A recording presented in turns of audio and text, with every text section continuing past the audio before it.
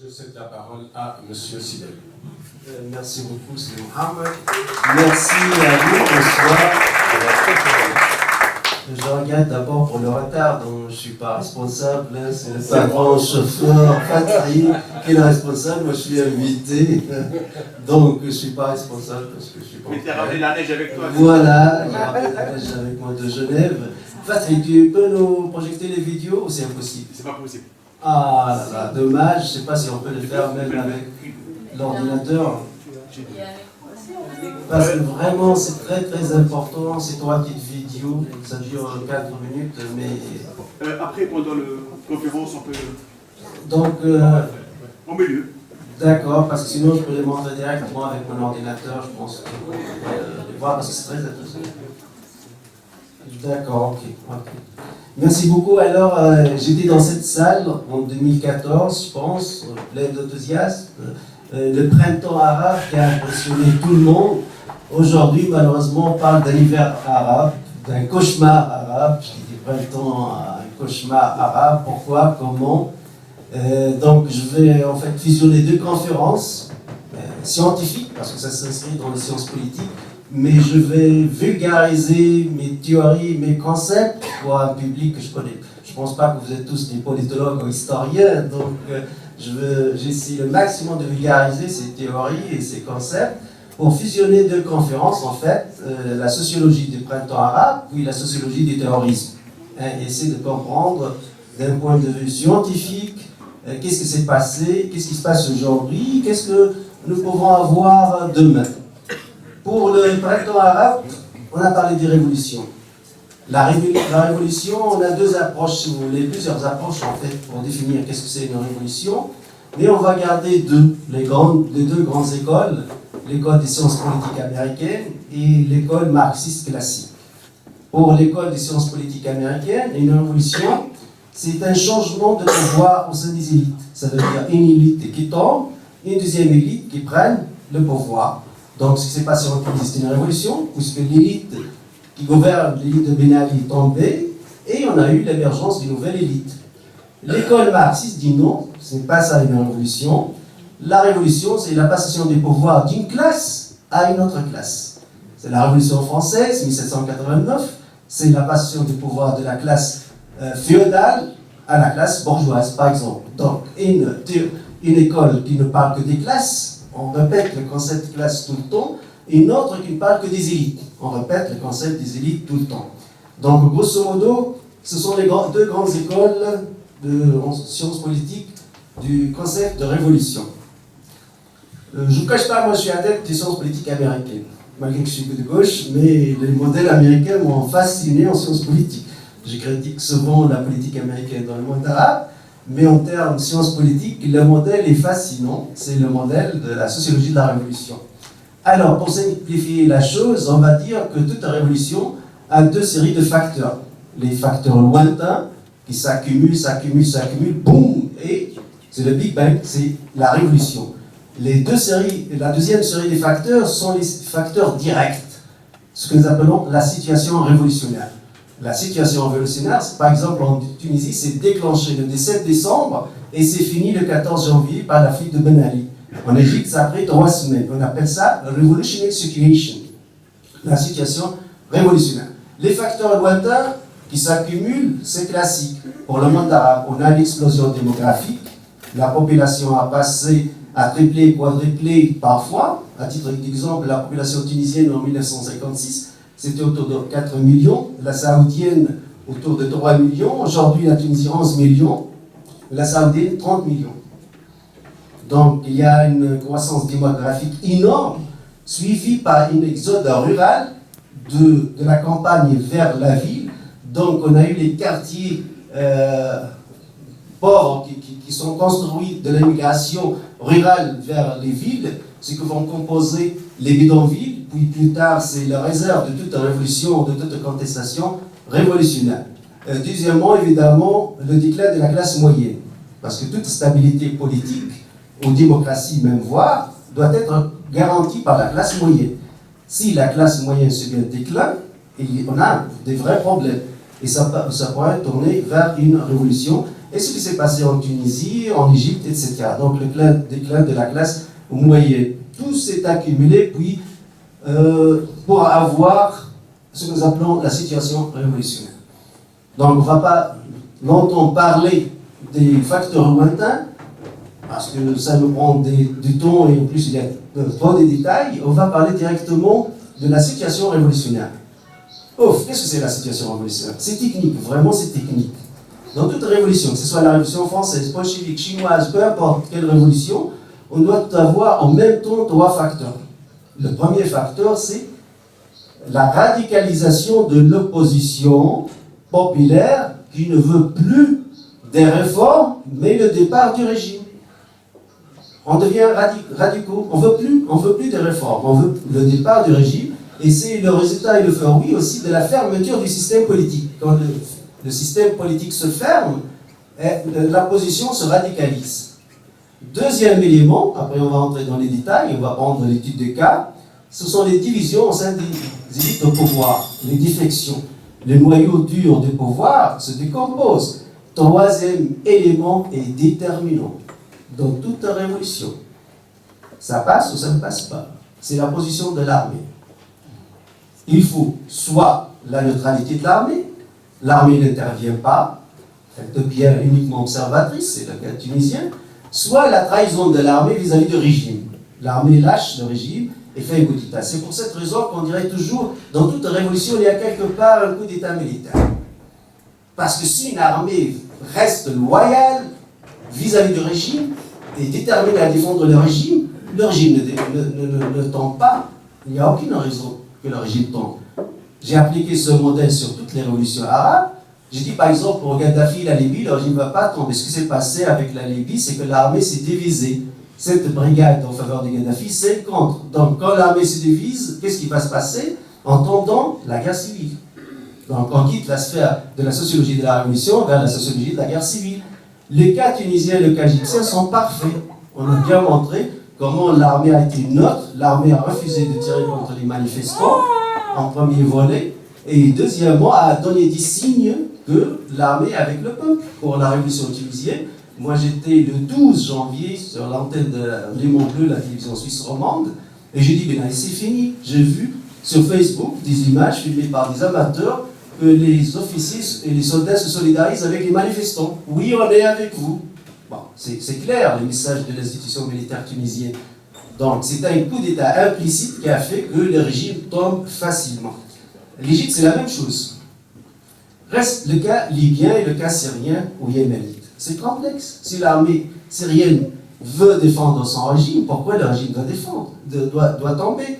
Si l'armée libyenne gagne la bataille, pourquoi le régime doit tomber? Parce qu'il faut dire que toute révolution doit être toujours une boîte noire fermée. On utilise souvent ce terme dans les sciences politiques, boîte noire fermée. Ça veut dire on ne doit pas accepter des interventions étrangères. Parce que imaginez-vous que la Révolution française a subi une intervention de l'armée allemande ou de l'armée anglaise. Qu'est-ce qui va se passer? La dynamique interne de la Révolution se perd. Après, on quitte la sphère de la sociologie de la Révolution vers les relations internationales et les rapports de force. Et ce qui se passe aujourd'hui en Syrie. Les Russes, les Chinois, les vétos, etc. On a quitté, il n'y a plus de boîte noire fermée. Là, on est dans une question de relations internationales et des rapports de force entre les nations. Alors, cas par cas, d'abord, il faut éviter la généralisation. Moi, j'étais contre le concept du printemps arabe. Je le mets toujours dans deux guillemets, parce qu'on s'est inspiré de ce qui s'est passé dans l'Europe de l'Est. Parce que l'Europe de l'Est, l'Union soviétique, c'était un bloc communiste. Donc c'est pareil, la Tchécoslovaquie, la Roumanie, l'Union soviétique, etc. Ça se répète, le système. Mais le monde arabe, il n'est pas pareil. Chaque cas est différent que l'autre. La Tunisie, ce n'est pas le Maroc ce n'est pas l'Arabie Saoudite ce n'est pas le Yémen, le Yémen, ce n'est pas la Syrie. Donc, cas par cas, à mon avis, il faut traiter ce qui s'est passé dans le monde arabe. Alors, le fameux exemple, c'est l'exemple tunisien. On a vécu, comme j'ai dit, la radicalisation de l'opposition, puis l'institution militaire qui a pris position en faveur de la révolution, et troisièmement, les défections au sein du pouvoir. Moi, personnellement, je n'avais pas les détails, mais je dis c'est sûr qu'il y avait des défections. Et la preuve que la moitié du gouvernement de Ben Ali s'est mis en prison. La deuxième moitié du gouvernement de Ben Ali a continué à gouverner. Qu'est-ce que ça veut dire? Ça veut dire que le régime s'est cassé en deux. Les pro-Ben Ali sont en prison. Ceux qui ont commis les coups d'État contre Ben Ali sont au pouvoir. On va voir ça dans la vidéo parce que c'est une vidéo choquante. Deuxièmement, la radicalisation de l'opposition. Je comprends bien la position tunisienne et égyptienne qui ne veut plus du régime, donc dégage. Dégage, on ne veut plus de vous, malgré le troisième du discours de Ben Ali ou de Moubarak, c'était un discours conciliateur. Ça veut dire, je vous ai compris, je suis prêt pour la réconciliation, donnez-moi encore une chance, je recule, je fais marche arrière. Hop, mais là, ce qui se passe, c'est que l'opposition devient de plus en plus radicale. Elle prend de force parce que la dictature se base ou se fonde sur la crainte et la peur. C'est un système de crainte et de peur. Le jour où on voit le dictateur qui a peur, l'opposition prend de plus de force. Donc même en sociologie politique, on dit que le dictateur ne doit jamais donner des concessions pendant le processus révolutionnaire, pendant la situation révolutionnaire. Il peut faire des concessions avant ou après, mais pendant la situation révolutionnaire, le jour où Ben Ali a dit « Pardonnez-moi, c'est fini ». La même chose avec Moubarak. Gaddafi, par exemple, il a compris « Non, vous êtes des traîtres, des rats, je vais vous suivre maison. Je ne cède pas ». Le Syrien aussi, il a dit la même chose. Je ne fais pas des concessions, moi. Parce que dans ce processus, pour le dictateur, je ne suis pas l'avocat du diable, mais pour le dictateur, on ne doit pas faire des concessions. Reste la position de l'armée. L'armée tunisienne a choisi, comme j'ai dit, le camp du peuple. Mais on va voir la vidéo, la version française. L'armée libyenne s'est divisée en deux. Donc, c'est la guerre civile. L'armée syrienne a voulu défendre son régime. Donc, le régime ne tombe pas. Et pourquoi doit tomber? J'ai dit la même chose dès le début. J'ai mis une vidéo, je dis, mais c'est quelque chose de technique, scientifique, ça n'a rien à voir avec les émotions, l'idéologie. Ce sont des structures. L'armée française, par exemple, à Tunis, on a la place Lafayette. Lafayette, c'est un général français qui a refusé de tirer contre les manifestants français. Donc, c'était la trahison de l'armée française vis-à-vis de Louis XVI. Ainsi de suite, la révolution bolchevique. Donc toujours, il faut que cette armée dise son mot vis-à-vis de ce qui se passe. Neutralité, c'est bien, ou trahison, c'est encore mieux vis-à-vis du régime. Mais le problème avec ces révolutions, qu'il y a eu une combinaison entre ce que nous appelons la dynamique interne des sociétés, ça veut dire la boîte noire, et les interventions étrangères. Les interventions étrangères ont cassé le côté spontané et dynamique interne de toute révolution. On a deux fameux exemples qui montrent la contradiction totale de ce printemps arabe. Par exemple, ce qui s'est passé en Libye, c'est une intervention étrangère en faveur d'une révolution contre un régime. Au Bahreïn, on a eu la même chose, mais totalement l'inverse. Ça veut dire une intervention militaire, qui est l'armée saoudienne, en faveur du régime contre la révolution pacifique populaire. Donc, on est face à quoi? De poids, deux mesures. La question syrienne. Au Conseil de sécurité, les Américains, les Français, les Britanniques ont voulu répéter le scénario libyen. Mais les Chinois et les Russes ont dit non, plus que 5 fois. Ils ont utilisé le droit de veto. Vous savez, au sein du Conseil de sécurité, il y a 5 pays, 5 États permanents. La Russie, la Chine, les États-Unis d'Amérique, la France et la Grande-Bretagne jouissent de ce que nous appelons le droit de veto. Ça veut dire, moi je dis non, alors on ne discute plus même la résolution, c'est fini. C'est le droit de veto. Chaque pays membre permanent a le droit de veto. Et il y a 10 pays qui changent selon le continent, qui peuvent dire non, mais n'ont pas le droit de veto. Et le Brésil a dit non, l'Inde a dit non, le Sud-Afrique a dit non. Ce sont 3 pays qui font partie de ce que nous appelons les pays du BRICS. Les pays de BRICS, à leur tête la Russie, la Chine, ils veulent faire un bloc contre la politique américaine dans la région. Par exemple, pour les Chinois, on s'est demandé, la Chine souvent c'est connu, c'est l'obstination, ne vote ni pour ni contre. Pourquoi cette fois-ci vous utilisez le veto et 5 fois, et alors nous savons tous et toutes qu'un seul veto ça suffit. Le veto russe ça suffit, pourquoi vous utilisez votre veto? Ils ont répondu en anglais, game is over. le jeu c'est fini, on a compris ce qui se passe. C'est une nouvelle carte du monde arabe, du Moyen-Orient. Vous protégez des dictatures, vous voulez faire tomber des dictatures, on comprend bien. Il y a une politique de poids de mesure, donc il n'y a pas de dynamique interne, il y a des interventions étrangères. Et le problème du printemps arabe, c'est que ce processus de conflit entre dynamique interne, ce qui se passe vraiment à l'intérieur des sociétés et l'intervention étrangère, on est face à une suprématie de l'intervention étrangère. Ça veut dire que l'intervention étrangère devient de plus en plus forte que la dynamique interne. Aujourd'hui en Syrie, il y a 80 nationalités qui sont en train de combattre contre les régimes. On ne peut pas parler de 80 nationalités étrangères, des Tchétchènes, des Turcs, des Maghrébins, des Tunisiens, etc. Et des services secrets, des pays étrangers, etc. Et des bases militaires russes, des Turcs. Elle est où la boîte noire? Elle est où la dynamique interne? Le peuple syrien qui est responsable, lui-même, uniquement lui-même, responsable de son essor. C'est bon? Les vidéos sont prêtes? Voilà, la première vidéo, ça va vous choquer, frapper. C'est en anglais, pour les non-anglophones qui ne connaissent pas l'anglais. Joe Biden, c'est le vice-président américain. Il dit, devant des étudiants à l'université de Harvard, aux États-Unis d'Amérique, tout simplement, nos amis émiratis, qatariens, saoudiens, turcs ont créé, financé Daesh, afin d'éliminer coûte que coûte le régime de Bachar al-Assad. Il l'a dit en anglais, donc on va l'écouter. C'est le vice-président américain, c'est le numéro 2 aux États-Unis d'Amérique. Il y a du son? C'est là-bas que ça se passe.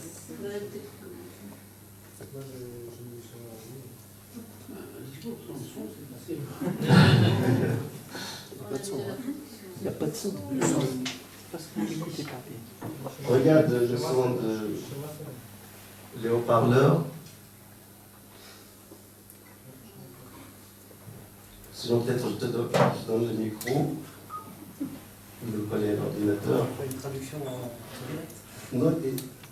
Bon, moi j'ai dit qu'au second Messighet du côté parce que c'est très très choquant. Il y a eu le puzzle, etc.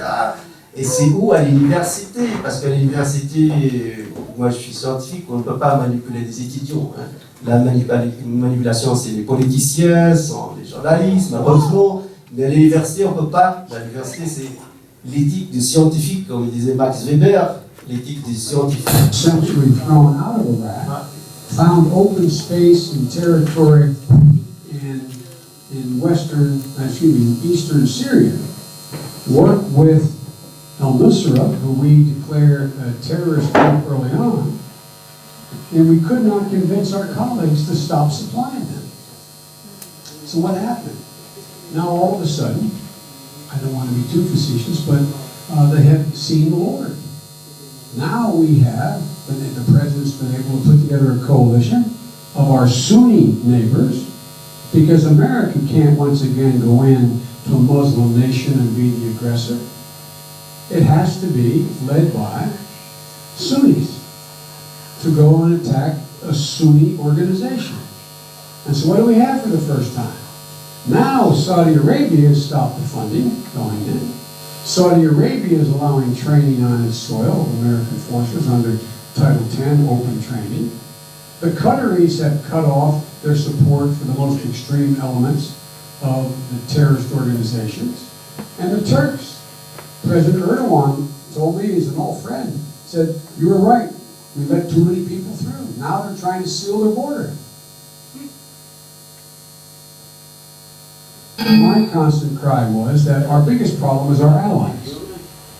Our allies in the region were our largest problem this year. The Turks are great friends, and I have a great relationship with Erdogan, which I just spend a lot of time with. The Saudis, the Emiratis, etc. What are they doing? Excusez-moi, vous ne pourriez pas quand même traduire pour les non-anglophones? Oui, je dis, grosso modo, Joe Biden, c'est le vice-président américain, c'est le numéro 2 après Obama. Il dit intégralement devant les étudiants de l'université de Harvard, aux États-Unis d'Amérique, nos amis qatariens, saoudiens, turcs ont financé, créé Daesh. Parce que Daesh, c'était l'organisation... C'est ce qu'on entend sur le plateau. Vous êtes d'accord avec ce côté binaire ou c'est... Alors, deuxième vidéo, là c'est l'ex-ministre des Affaires étrangères français, Laurent Dumas, qui parlait de la Syrie. Ce qui s'est passé de la Syrie avant même les événements en Syrie. C'est quelques années avant les événements, avant la crise. C'est bon? Platon, vous êtes d'accord avec ce côté binaire ou c'est plus compliqué que ça? C'est très compliqué du fait de l'agrégation de tout le monde qui est là, évidemment. Mais en substance, c'est ça. C'est deux camps qui s'affrontent. Moi, je vais vous dire quelque chose. J'étais il y a 2 ans à peu près, avant que les hostilités commencent en Syrie. Je me trouvais en Angleterre par hasard pour d'autres choses, pas du tout de la Syrie. J'ai rencontré des responsables anglais. Et quelques-uns qui sont mes amis m'ont avoué, en me sollicitant, qu'il se préparait quelque chose en Syrie. C'était en Angleterre et pas en Amérique. L'Angleterre préparait l'invasion des rebelles en Syrie. Et on m'a même demandé à moi, sous le président j'étais ancien ministre des Affaires étrangères, si je participerais comme ça. Je lui ai d'abord dit le contraire. J'ai dit, écoutez, moi je suis français, ça ne m'intéresse pas. Mais c'est pour dire que cette opération vient de très loin. Elle a été préparée, conçue, organisée. Hein? Excusez-moi, dans quel but? L'idée de renverser le machin, c'est quoi, je vais vous dire? La finalité? Mais dans le but très simple, de destituer le gouvernement syrien, parce que dans la région, il est important de savoir que ce régime syrien a des propos anti-israéliens. Et que par conséquent, tout ce qui bouge dans la région autour, moi j'ai la confidence du Premier ministre israélien qui remonte très longtemps, qui m'avait dit on essaiera de s'entendre avec le Premier ministre, avec les États autour. Et ceux qui ne s'entendront pas, on les abattra. C'est une politique, c'est une conception de l'histoire. Pourquoi pas, après tout? Mais il faut le savoir. Frédéric Elbet, purgé, puis c'est ce qu'on entend sur le plateau. Vous êtes d'accord avec ce côté binaire ou c'est plus compliqué que ça? C'est encore plus choquant.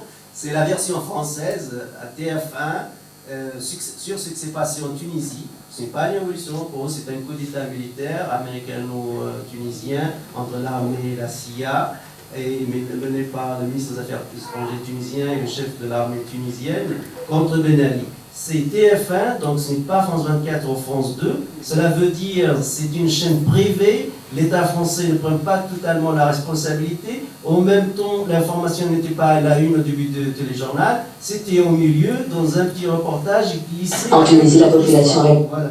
Avec une autre histoire qui n'a pas un lien entre la deuxième partie. En Tunisie, la population réclame la... C'est bon? Allez-y, merci. Aussi la dissolution du gouvernement de transition, la pression de la rue reste très forte. Aujourd'hui, par exemple, des milliers de jeunes venus du centre du pays ont convergé vers Tunis et ont décidé, vous le voyez, de rester ce soir devant le palais du Premier ministre, bravant ainsi le couvre-feu qui est maintenu. En même temps, un appel à la grève illimitée des enseignants du primaire a été lancé pour demain, date théorique de la reprise des cours.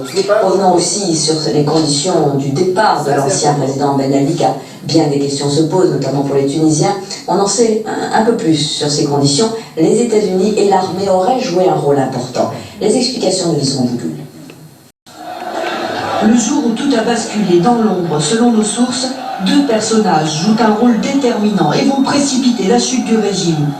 Le général Rachid Amar, le chef de l'armée, c'est lui qui a refusé de tirer sur les manifestants, comme le lui demandait le président Ben Ali, pour prêter main forte à la police. Et Kamel Morjane, le ministre des Affaires étrangères. Dans les dernières heures, ces 2 hommes auraient été en contact régulier avec les Américains. Ce sont eux qui poussent le président tunisien à quitter le pays en urgence. Ils le font monter dans un hélicoptère pour Malte. Le président Ben Ali prendra ensuite un avion direction l'Europe. À ce moment-là, il pense aller passer quelques jours en France pour revenir plus tard, tel un sauveur. Il ne se doute pas que le chef de l'armée et le ministre des Affaires étrangères ont décidé de l'écarter définitivement.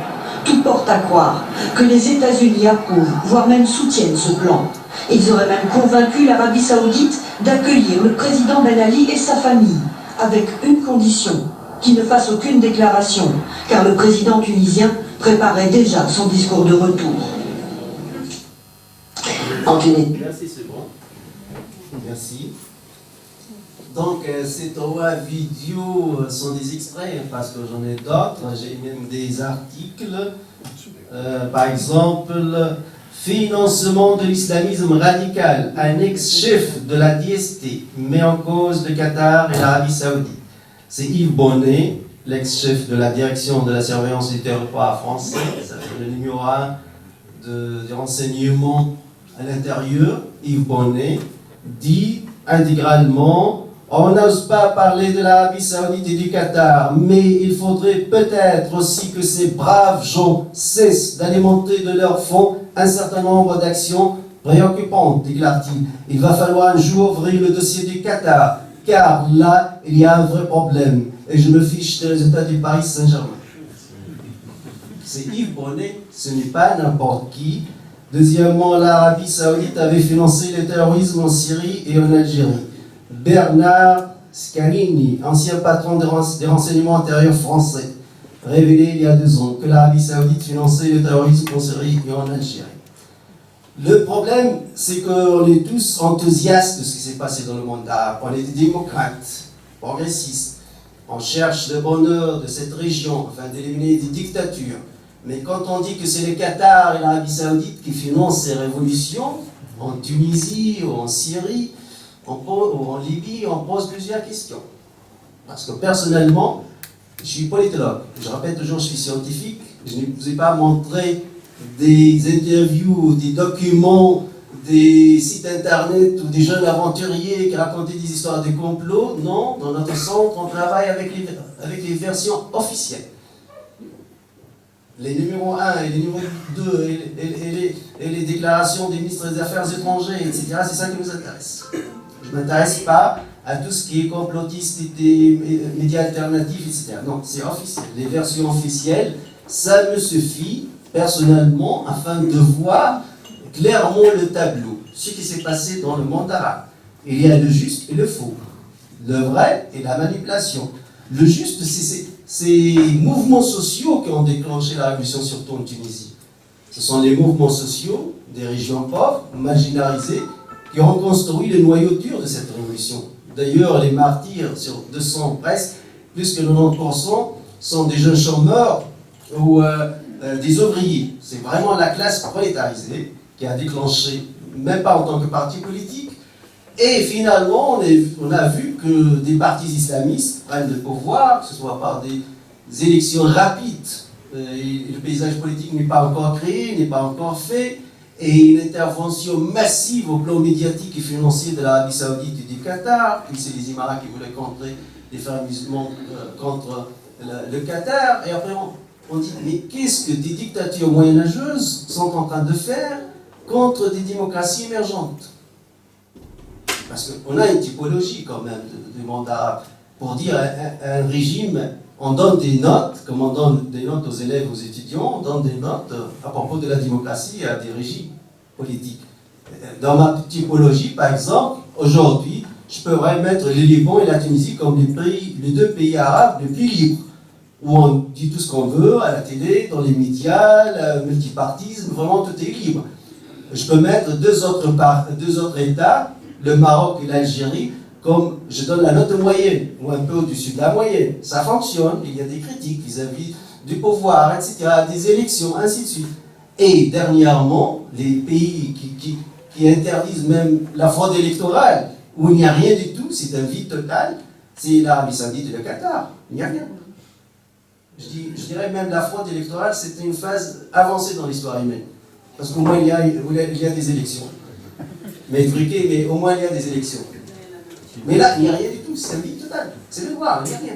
Un prince, un roi, pétrole, base militaire américaine, et voilà, il règne. Le problème, ils ont acheté beaucoup d'intellectuels, entre guillemets, et ils ont des empires médiatiques, et ils versent trop d'argent afin de manipuler ces révolutions, afin de manipuler ces démocraties naissantes, et c'est l'argent sale qui détourne le processus démocratique naturel.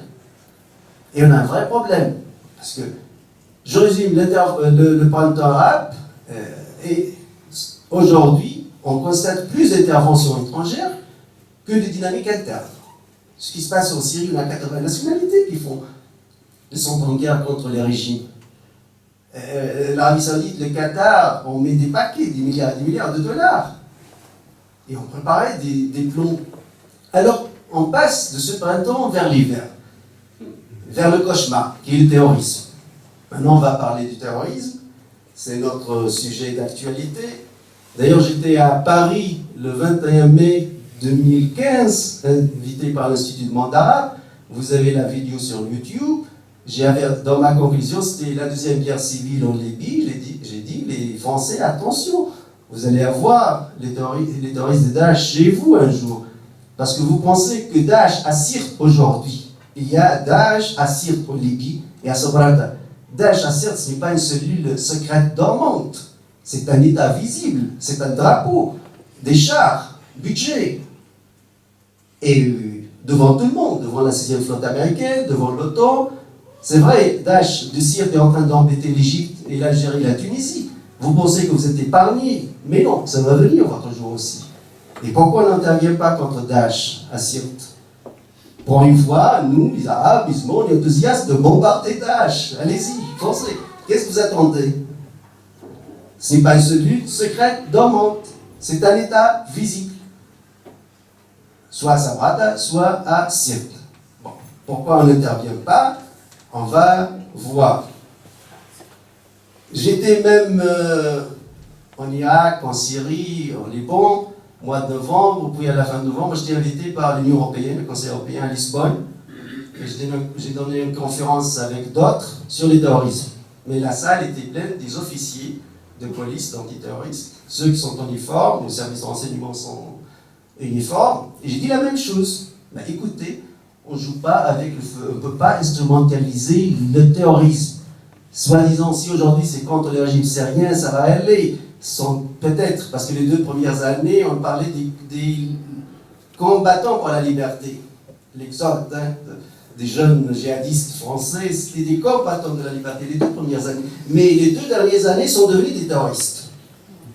Donc il faut faire attention. Même on n'aime pas le régime de Bachar al-Assad, on s'en fout, mais il ne faut pas instrumentaliser. Les Américains, quand ils ont aidé Al-Qaïda contre l'Union soviétique, c'était bien de faire la guerre contre l'Union soviétique, mais Al-Qaïda a fini par commettre des attentats en septembre. Donc on ne joue pas avec le terrorisme. Et maintenant, bien sûr, le terrorisme, c'est l'action de la minorité contre la majorité. Alors la révolution, c'est l'action de la majorité contre la minorité despotique. Donc, le terrorisme n'a rien à voir avec la révolution. La révolution, toujours, c'est poétique, c'est positif. C'est la majorité. La majorité a raison, souvent. Mais le terrorisme, c'est la minorité. D'ailleurs, toute une petite minorité. Hein. En Irak, j'étais à Bagdad, m'ont dit, fais attention, il y a des attentats à Bagdad. Mais mon terroriste, c'était mon chauffeur qui roule à 150 km/h au centre de Bagdad. Je dis, vous n'avez pas des... Pourquoi? Parce que, regardez les statistiques dans n'importe quel pays, les premiers facteurs des morts sont les accidents de voiture. En Tunisie, il y en a plus que 3000, en Suisse, plus que 600 par année, etc. Donc, quand je vois les résultats des terroristes, c'est 30 ou 40, ça n'a rien à voir avec le terrorisme de la voiture. Donc, je veux dire par ça que le terrorisme pourrait être instrumentalisé. Il faut le chercher. On parle de terrorisme, d'abord, c'est un phénomène humain. Ça veut dire toutes les civilisations, toutes les religions ont connu leur terrorisme. Mais la mémoire est toujours courte à cause d'immédiat. Pour les historiens, les politologues, la mémoire n'est pas courte. On peut trouver dans n'importe quelle civilisation, quelle histoire religieuse, des terroristes bouddhistes, des terroristes chrétiens, des terroristes juifs, etc., contre leur propre société, hein, attention. Alors, les terroristes, c'est qui tout d'abord? On a 2 approches. Est-ce que le terroriste est un psychopathe, un malade ou un rationnel qui a un projet politique? Si le terroriste est un psychopathe, un malade, le terrorisme c'est l'objet de la psychanalyse. Si le terrorisme a un projet politique, le terrorisme c'est l'objet des sciences politiques. Nous aussi on a un vrai problème. Finalement on a combiné les deux. Le terroriste lui-même qui commet un attentat suicide, qui se fait sauter, exploser pour avoir cette tente vierge, et lui, c'est un malade. C'est vraiment un malade manipulé. C'est l'objet de la psychanalyse. Mais c'est lui qui finance, c'est lui qui manipule, c'est lui qui met le paquet, c'est lui qui tire les ficelles derrière le rideau, a un projet politique rationnel. Il est intelligent et sait qu'est-ce qu'il est en train de faire. Donc, on est contraint à utiliser les 2 méthodes en même temps. Le cas individuel, c'est l'approche psychanalyse, l'approche de la psychanalyse. Le cas généralisé, c'est l'approche institutionnelle, l'approche rationnelle. Il est où le projet rationnel quand on voit des grands États et des puissances pétrolières qui financent par exemple Daesh, selon Joe Biden, le vice-président américain, ou selon Yves Bonnet, le patron de la DST française, ainsi de suite. Alors, les causes du terrorisme. Comme tout phénomène social complexe, on n'a pas une seule cause. D'ailleurs, je vous conseille de ne pas chercher trop dans le Coran. J'ai le Coran dans ma bibliothèque, comme la Bible, comme les livres de Bouddha, de Karl Marx, de Lénine, etc. En travaillant sur le terrorisme, je n'ai pas consulté le Coran. Parce que je n'ai pas trouvé les réponses dans le Coran. Le Coran existe depuis 14 siècles. Et pourquoi on parle du terrorisme depuis la fin des années 70 ? Oui, c'est que depuis la fin des années 70. Les années 40-50, c'était les mouvements nationalistes qui veulent libérer leur pays. Les années 60, c'était un peu le nationalisme arabe, le basque, le nassirisme, le socialisme, etc. Et depuis la fin des années 70, c'est l'émergence des premiers groupes islamistes armés en Égypte. Pourquoi ? Qu'est-ce qui s'est passé les années 70 ? Pour avoir l'émergence du terrorisme islamiste. On ne parle pas de terrorisme d'autres idéologies politiques. Deux phénomènes. Le premier, c'est le boom pétrolier. Ça veut dire, après la guerre de 1973, un pays comme l'Arabie Saoudite a doublé, triplé, quadruplé ses revenus. C'est devenu une puissance financière énorme et il commence à financer le wahhabisme. Le wahhabisme, c'est la faction la plus conservatrice, la plus intégriste de l'islam. Contre le soufisme, par exemple, le Maghreb, c'est du soufisme. Le soufisme, c'est l'amour absolu. Moi, je viens d'une famille soufie, de mon grand-père, mes deux grands-pères font leurs prières, mais ils rasent toujours leur barbe, ils mettaient leur parfum, etc. C'est l'amour, aimer tout le monde, la générosité.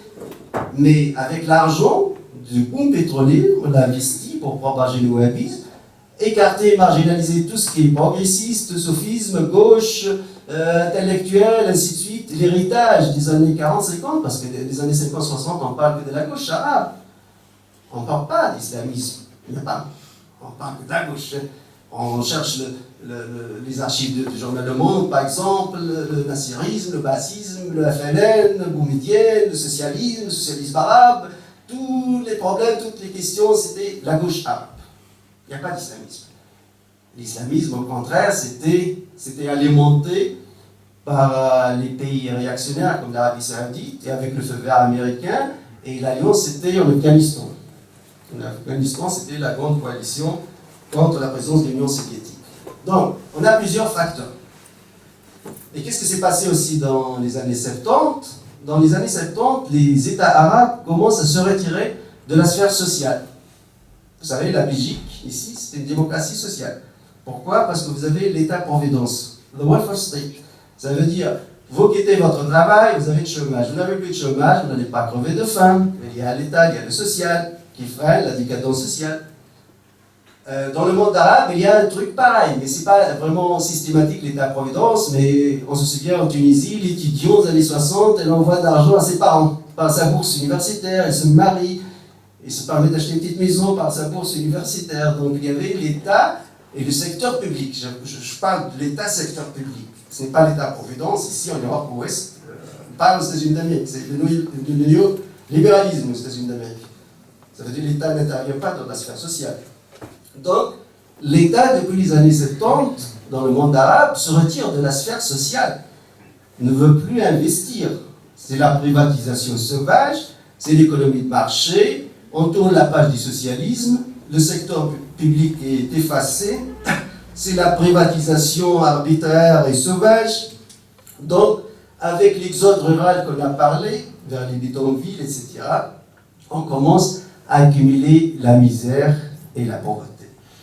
Et moi, quand j'étais à Lisbonne, au Portugal, invité par l'Union européenne, et parlait devant des officiers de police antiterroristes sur les facteurs, on a organisé le colloque. Moi, j'avais le volet comment lutter par l'éducation et la culture contre le terrorisme. Et d'autres collègues, ils ont d'autres volets. Mais ce que j'ai remarqué, ils n'ont pas traité l'approche économique. Mais je dis, écoutez, vous avez oublié l'essentiel. Parce que ma conférence, elle est complète, pendant 1 heure, moi je commence par l'approche économique, le business du terrorisme. Être un terroriste, c'est un métier, c'est une profession, et rentable. Si on parle de 40 000 et 50 000 terroristes en Syrie, mais vous savez que le soldat syrien gagne $30 par mois, et le terroriste, 600 jusqu'à $1 000. Alors les commandants, ils ont plus, avec les bulletins, les femmes, etc., et toutes les fantaisies, et ainsi de suite. Daesh en Irak et en Syrie possède 2 milliards de dollars cash. L'État tunisien, depuis la révolution jusqu'à nos jours, n'a pas réussi à avoir de tous ses amis occidentaux et arabes à un crédit de 2 milliards de dollars.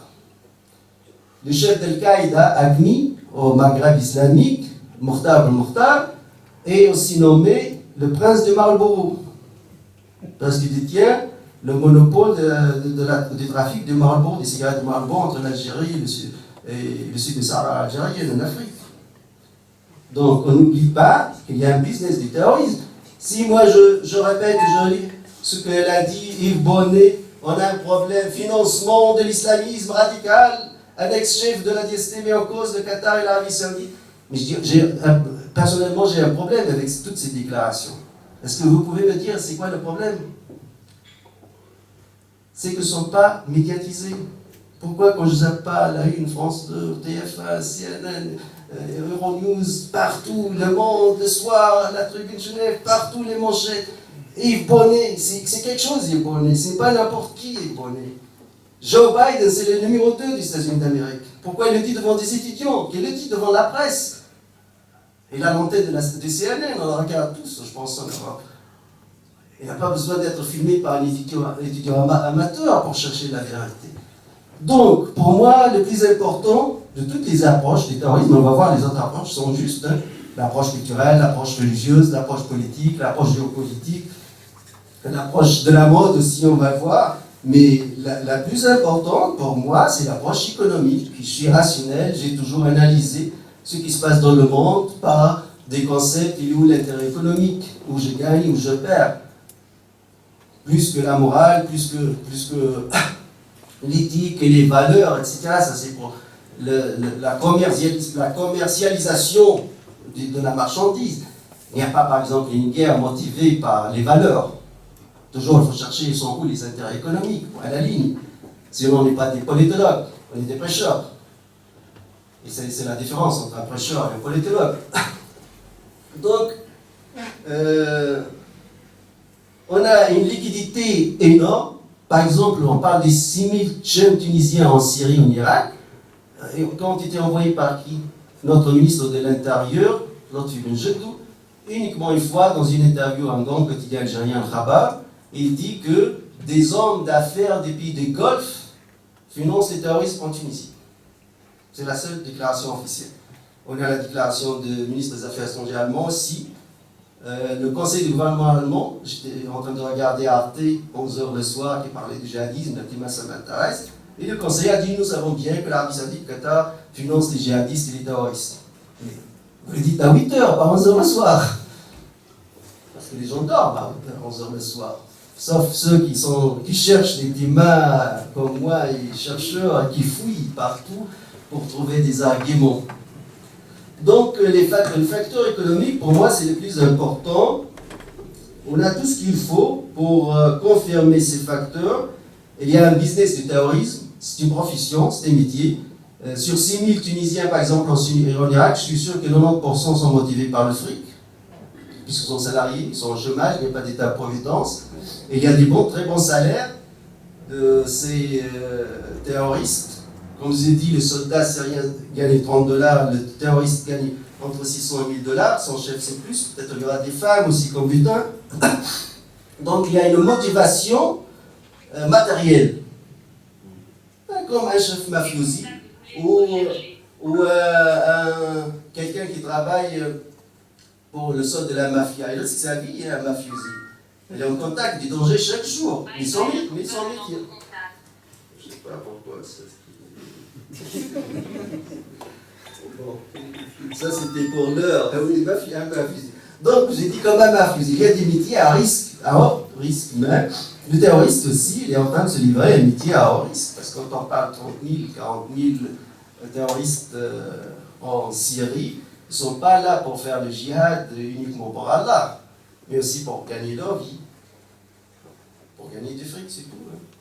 Quand on parle de 2 milliards de dollars cash, ça veut dire qu'il y a un butin, et le butin attire hein, les mouches, comme le sucre qui attire les mouches.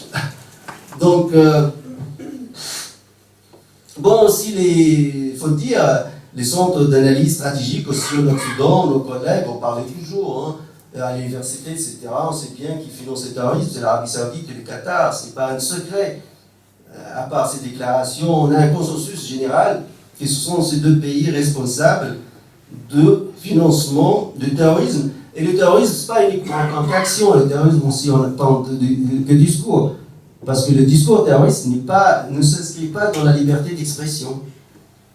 Si j'incite à la haine ou à la mort, ça, ce n'est pas une liberté d'expression, c'est un crime terroriste. Je pourrais être jugé juste par le discours, par mes paroles, à travers mes écrits, mes bouquins, mes apparences visuelles, ainsi de suite. Et là, les Saoudiens ou les Qatariens sont champions. Nous avons financé presque 150 chaînes de télévision par satellite et qui propagent la haine, qui propagent tout ce qui est intégriste. Ils ont des moyens, des cheikhs, des charlatans, ils nous racontent des histoires. Par exemple, un pays comme la Tunisie, où la philosophie est obligatoire, Confucius 7 pour mon bac,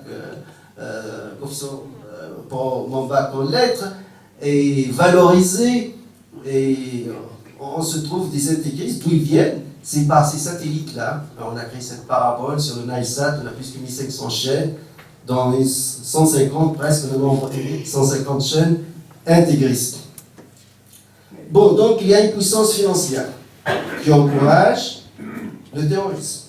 Le terrorisme aussi, c'est un métier, et c'est un investissement, et c'est un gain de pain. Deuxièmement, la série des facteurs sociaux, le facteur social du terrorisme.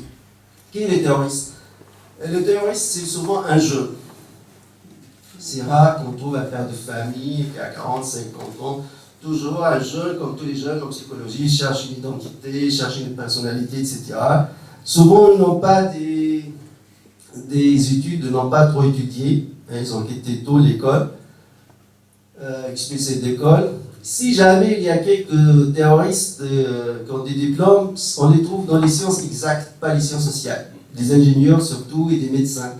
On a des médecins saoudiens, un médecin qui s'est fait sauter en Irak pour tuer le maximum de gens. Or, lui, c'est un médecin. Donc, on a constaté le phénomène en sociologie, on a fait des recherches. Souvent, les intégristes, on les trouve dans les facultés de sciences et de médecine et des ingénieurs. Mais nous, un politologue ou un philosophe, un terroriste, c'est quasi impossible. Ouais, on n'a pas même des contre-exemples pour dire tel ou tel philosophe, ou politologue, ou juriste, ou sociologue, ou homme de lettres est devenu un terroriste ou chef d'un groupe terroriste. Par contre, on a des ingénieurs aussi. On a des ingénieurs, on a même des médecins. Souvent, on n'est pas marié, c'est un célibataire, d'où les fantasmes sexuels là, de vierge, etc. Donc, il y a le problème sexuel. La sexualité dans le monde arabe, c'est un tabou jusqu'à nos jours. La frustration sexuelle fait partie des facteurs sociaux, psychosociaux qui poussent ces jeunes vers l'aventure en Syrie, en Irak. Ils ne sont pas mariés, c'est la théorie de Durkheim aussi, parce qu'on remarque que souvent ceux qui se suicident sont des jeunes et non mariés. Et c'est plus difficile un père de famille qui se suicide qu'un jeune qui n'est pas attaché, qu'un jeune qui n'a pas une responsabilité pour se suicider. Or, un terroriste, c'est un suicidaire, hein, parce que quand il commet son attentat kamikaze, c'est aussi l'aspect suicide. Le suicide tout court. Et un jeune, il cherche l'aventure aussi, dans toutes les idéologies, etc. On a vu aussi dans d'autres idéologies des années 30, pendant la guerre civile espagnole aussi, on a vu beaucoup de militants aventuriers et tout. Alors, les problèmes aussi sociaux, on a parlé de la misère, du chômage, etc. L'absence d'État-providence, la wahhabisation égyptienne. Maintenant, la série des facteurs religieux. Regardez, j'ai mis le troisième facteur religieux, parce que ça ne m'intéresse pas trop. Ça ne m'intéresse pas autant que facteur économique. Pour moi, parler du business du terrorisme, plus que chercher dans le Coran ce qu'il a dit à propos des terroristes, ou qu'est-ce qu'il faut faire, etc. Les facteurs religieux, il faut avouer, il faut être sincère, c'est le wahhabisme saoudien qui est la source essentielle du terrorisme. Parce que c'est quoi Al-Qaïda ou Daesh? C'est quoi l'idéologie d'Al-Qaïda ou de Daesh? C'est une combinaison entre le wahhabisme saoudien et le djihadisme égyptien. Celui qui représente le djihadisme égyptien, c'est Ayman al-Zawahiri, et celui qui représente le wahhabisme saoudien, c'est Osama bin Laden. C'est une combinaison entre une idéologie qui a fait la dérive du frère musulman des années 60 avec Saïd Qutb, et c'est le wahhabisme saoudien. Pour le wahhabisme saoudien, je vous montre par exemple un indice. Vous avez à travers l'islam, depuis 14 siècles, toutes les civilisations, les empires omeyyades, fatimides, abbassides, les califes eux-mêmes, le prophète eux-mêmes, lui-même, n'ont jamais touché par exemple les sites archéologiques. Ils ont vu les pyramides, ils ont vu la statue de Bouddha en Afghanistan, en Irak, en Mossoul, à Palmyre, en Syrie. Ils ont toujours vécu avec tous ces sites archéologiques d'une manière pacifique. Ça n'était jamais mis en cause. C'est uniquement avec le wahhabisme qu'on a détruit la Mecque. Et beaucoup ne savent pas que la Mecque a été détruite. La Mecque ne reste que juste la mosquée et le cube noir et la Mecque. Or, les maisons des compagnies des prophètes, tous les sites archéologiques anciens ont été rasés par les wahhabites au début du XXe siècle. Et c'était une catastrophe pour les archéologues et pour les historiens. Imaginez-vous, le Vatican est rasé, et à la place du Vatican, construit des gratte-ciels et des hôtels mozambiques, et tout est neuf, tout est ce qui s'est passé à la Mecque. La Mecque a perdu son côté spirituel, parce qu'il ne reste rien du tout, parce que a été détruite par les wahhabites, parce qu'ils sont contre l'art, hein, contre tout ce qui est peinture, cinéma, contre tout ce qui est théâtre, etc. Donc le même comportement qu'on trouve chez Daesh aujourd'hui, ou Al-Qaïda, c'est lui-même le comportement que l'Arabie Saoudite a aujourd'hui. La femme ne conduit pas ici, ne conduit pas là-bas, on coupe les têtes ici, on coupe les têtes là-bas, on coupe les mains ici, on coupe les mains là-bas, on n'a pas de parlement, c'est un pays, on n'a pas de démocratie, il y a un prince et son chef religieux à côté de lui, on les décrète de fatwa, on l'élimine, on n'élimine pas, c'est le même système. Donc, c'est pour cela que je dis il faut lier, il faut repenser les années 70, le boom pétrolier. Qu'est-ce qu'elle a fait cette rente pétrolière afin d'exporter les terroristes en tant que discours et finalement en tant qu'acte?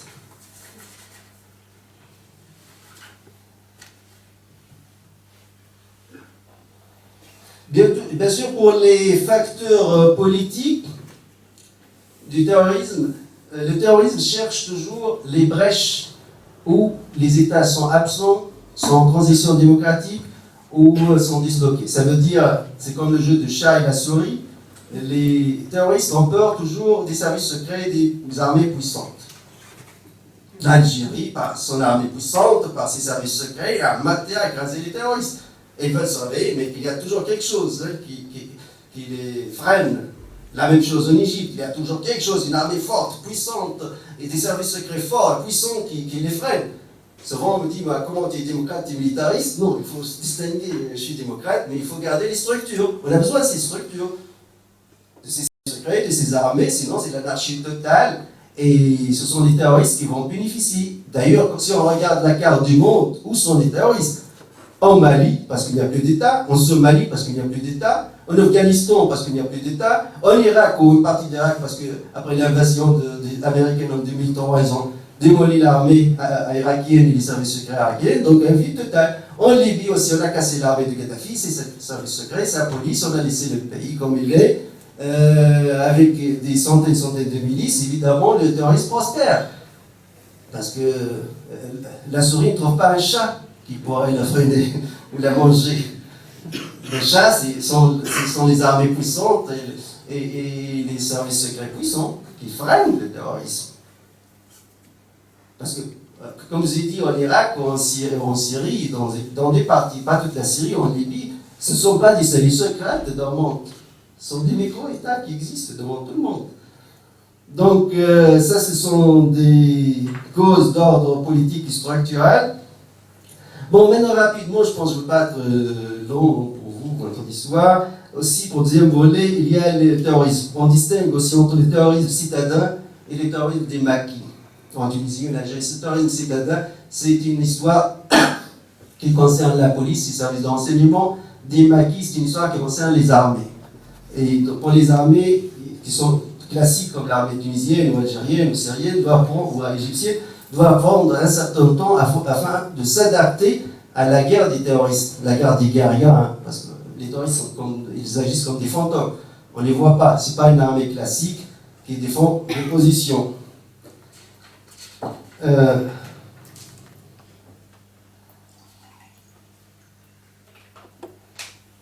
Aussi, je ne vous ai pas montré la vidéo, mais j'ai toujours adopté cette théorie. Finalement, j'ai trouvé que quelqu'un d'autre la confirme, peut-être même avant moi, mais je n'étais pas inspiré de lui. C'est Alain Chouet, l'ex-patron de la DGSE française, la Direction Générale de Sécurité étrangère.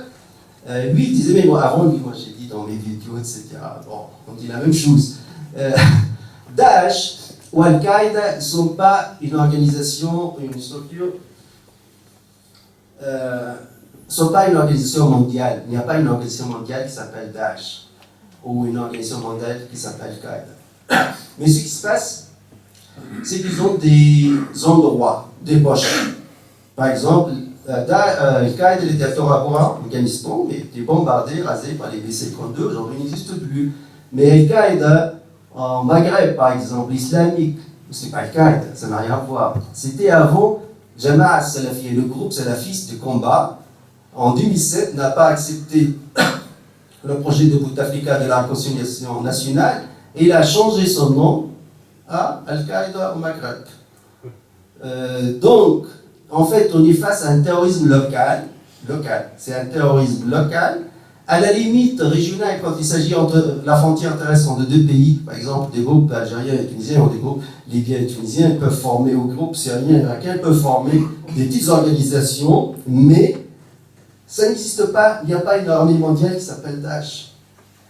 Ça veut dire un chef d'état-major qui s'appelle Abou Bakr Baghdadi. Moi, j'ordonne ma cellule dormante avec celle demain matin de faire quoi que ce soit. J'ordonne ma cellule dormante à Sousse demain, par email ou par fax ou par SMS ou téléphone à Sousse en Tunisie. Faites-moi un attentat, je sais pas, tel hôtel. J'ordonne. Non, ça n'existe pas. C'est du terrorisme local. Mais la littérature existe bel et bien. Daesh en tant qu'idée, ça existe partout dans le monde. Al-Qaïda en tant qu'idée, ça existe.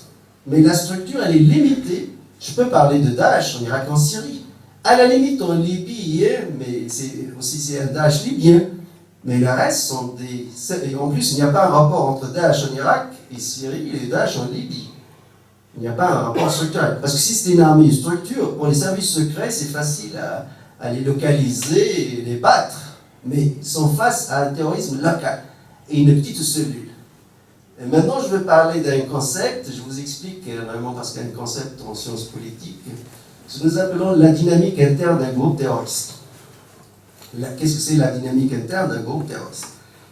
Toute société a une dynamique interne. L'acte de tuer, dans toute société, c'est un crime. On est d'accord. Crime, judaïsme, islam, christianisme, bouddhisme, religion, par religion, pays laïque comme la France, tuer, c'est un crime dans toute société.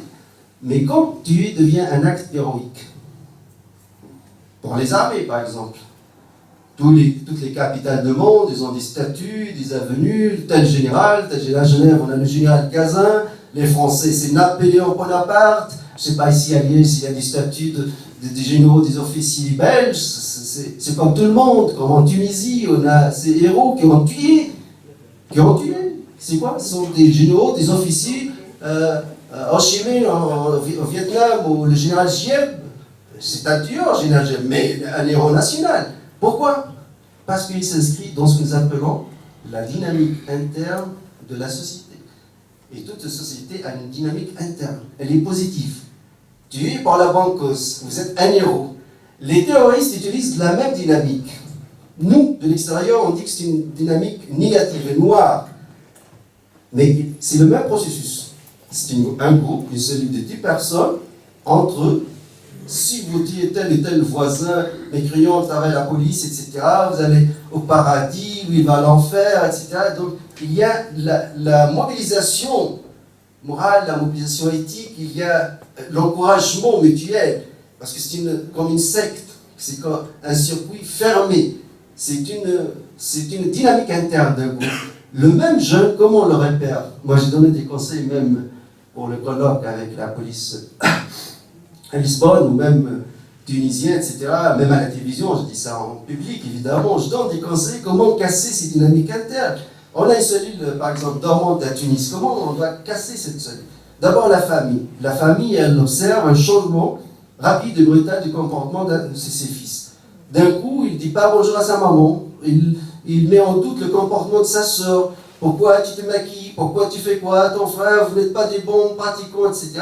Parce qu'il est en train de quitter la dynamique interne de la société, qui est positive, vers une autre dynamique interne totalement différente, qui est la dynamique négative.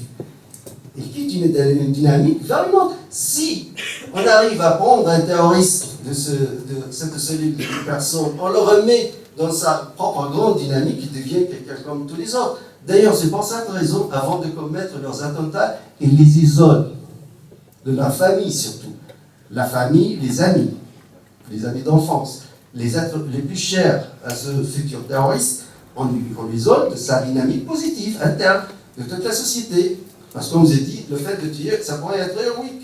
Pour les armées, la même chose, ils ont réussi à créer ces dynamiques internes.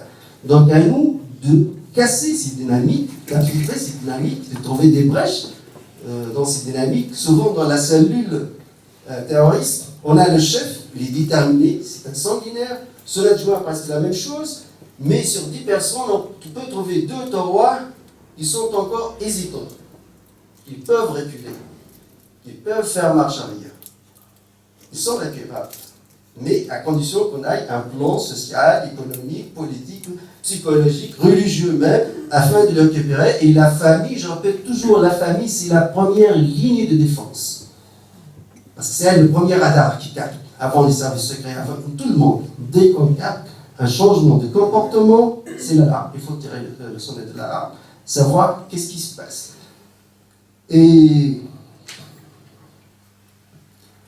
Mais finalement, on ne s'inquiète pas trop. Bon, la conférence est encore longue, mais je ne vais pas rester toute la soirée. Finalement, on ne s'inquiète pas trop parce que le terrorisme n'était pas allé loin à travers l'histoire. Il n'a pas créé des États. Jamais des terroristes ont réussi à fonder un État, sauf le cas je sais pas, Daesh a certes micro-État, parce que ce n'est pas reconnu, on ne peut pas parler. C'est un pouvoir, en fait. J'appelle techniquement, scientifiquement parlant, une structure de pouvoir. Parce que parler d'un État, il faut la reconnaissance de l'ONU, de sa sécurité, etc. Donc, il y a une structure de pouvoir à Sirte, de terroristes, mais par une, je ne dis pas complicité, je dis, pour le moment, en tout cas, l'OTAN est passif, parce qu'il n'intervient pas.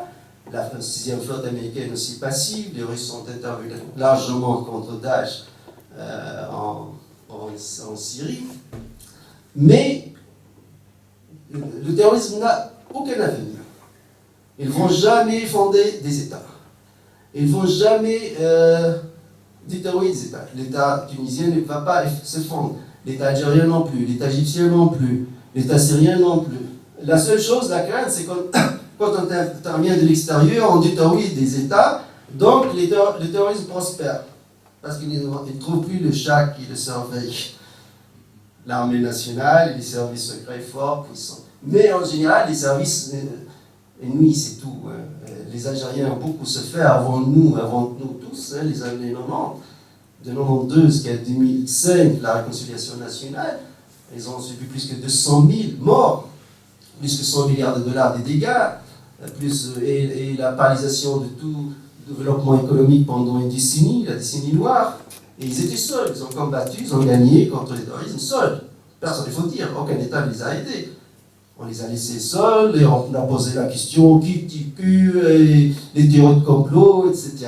Et l'intox, c'est vrai, il y a un intox. Les services secrets algériens ont tout fait, c'était une guerre totale contre les terroristes. C'est pas une guerre propre, il faut le dire. Hein. Mais ils ont gagné finalement, ils ont établi l'ordre. Donc, les terroristes, à mon avis, n'ont pas d'avenir, n'ont pas de futur, ne peuvent pas aller loin, sauf par la complicité de quelques États. Mais les inquiétudes, c'est qu'ils soient instrumentalisés, c'est-à-dire des puissances, des grandes puissances, ou puissances régionales, instrumentalisent l'un contre l'autre. Comme on a instrumentalisé le Qaïda contre l'Union soviétique, mais plus tard, le Qaïda s'est retourné contre ceux qui les ont financés et encouragés. La même chose avec Daesh en Syrie, avec Daesh en Libye, Mais finalement, on ne peut pas aller loin. Et il faut dire aussi, aujourd'hui, avec la mondialisation, personne ne peut échapper de terrorisme. Ça veut dire, si on laisse la structure du terrorisme à Sirte prospère, et elle est en train de gagner du terrain jusqu'à nos jours. Hein. Chaque jour, elle gagne plus en plus de terrain. Je ne vous donne pas la garantie que Liège ne sera pas touché demain. Comme j'ai dit aux Français le 21 mai 2015. Parce qu'on pense que c'est loin, ça ne nous concerne pas. De toute façon, ça va embêter les Libyens tout d'abord, puis les Tunisiens, les Algériens, les Égyptiens. On est loin. Non, on n'est pas loin. La guerre contre le terrorisme doit être juste, correcte, avec éthique et avec principe, et pas sélectif, et pas en utilisant 2 poids, 2 mesures. Là, c'est un bon terroriste, là, c'est un méchant terroriste. Que ce soit tous méchants ou tous bons. Et merci.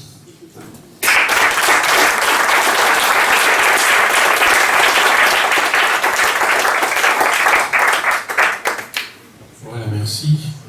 Maintenant, c'est à vous de donner vos observations, vos questions. Et on est là pour essayer de répondre. Oui.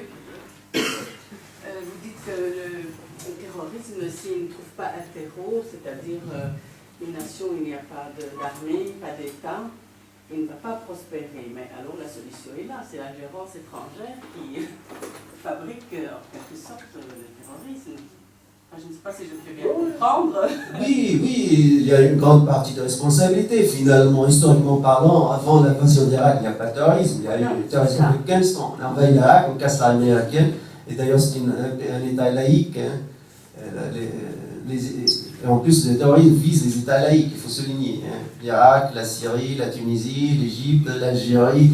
Apparemment, il épargne trop les États religieux fondamentalistes. Parce qu'on a les preuves qu'il est financé par les États fondamentalistes, évidemment. Et d'ailleurs, pour l'Irak, parce que, comme je dis, nous les politologues, on n'était pas des spectateurs passifs. Nous, on a les archives et l'histoire. C'est-à-dire, je peux vous dire ce qui s'est passé en 2003. On n'a pas la mémoire courte. Par exemple, en Irak, maintenant, ça fait quelques semaines, je pense, Tony Blair, à l'époque, il était le chef de gouvernement, dit « Je présente mes excuses aux Irakiens, aux Européens, on a fait une grande bêtise. On a envoyé en Irak. Rumsfeld, le ministre de la Défense à l'époque, il a dit oui, we have made a mistake, on a fait une bêtise en détruisant l'armée irakienne. D'ailleurs, pas une invasion, mais ils ont démantelé l'armée irakienne. Et d'ailleurs, c'est une armée de majorité chiite, maintenant on ne peut pas parler des confessions. Et donc, il n'y a plus de structure. Il n'y a plus de structure, tous les terroristes du monde sont là. La même chose pour la Libye, au moins, moi je ne défends pas un clan au sein du pouvoir, jamais, mais je défends la structure de l'État. En Libye, vous avez détruit l'armée libyenne, les services secrets libyens, d'accord, ok, mais l'alternative c'est quoi? Le vide est rempli par les terroristes. Oui. Dans votre conférence, dans les motivations économiques que...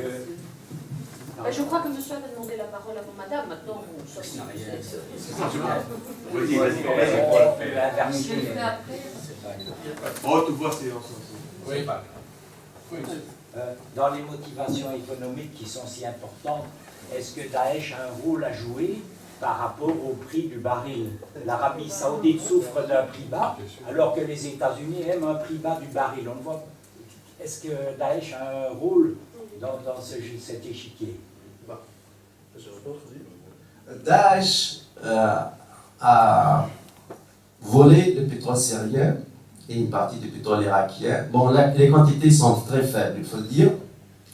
Et ils vendent ce pétrole aux autorités turques. Et les autorités turques le vendent aux Européens. Et tout ça marche. Hein.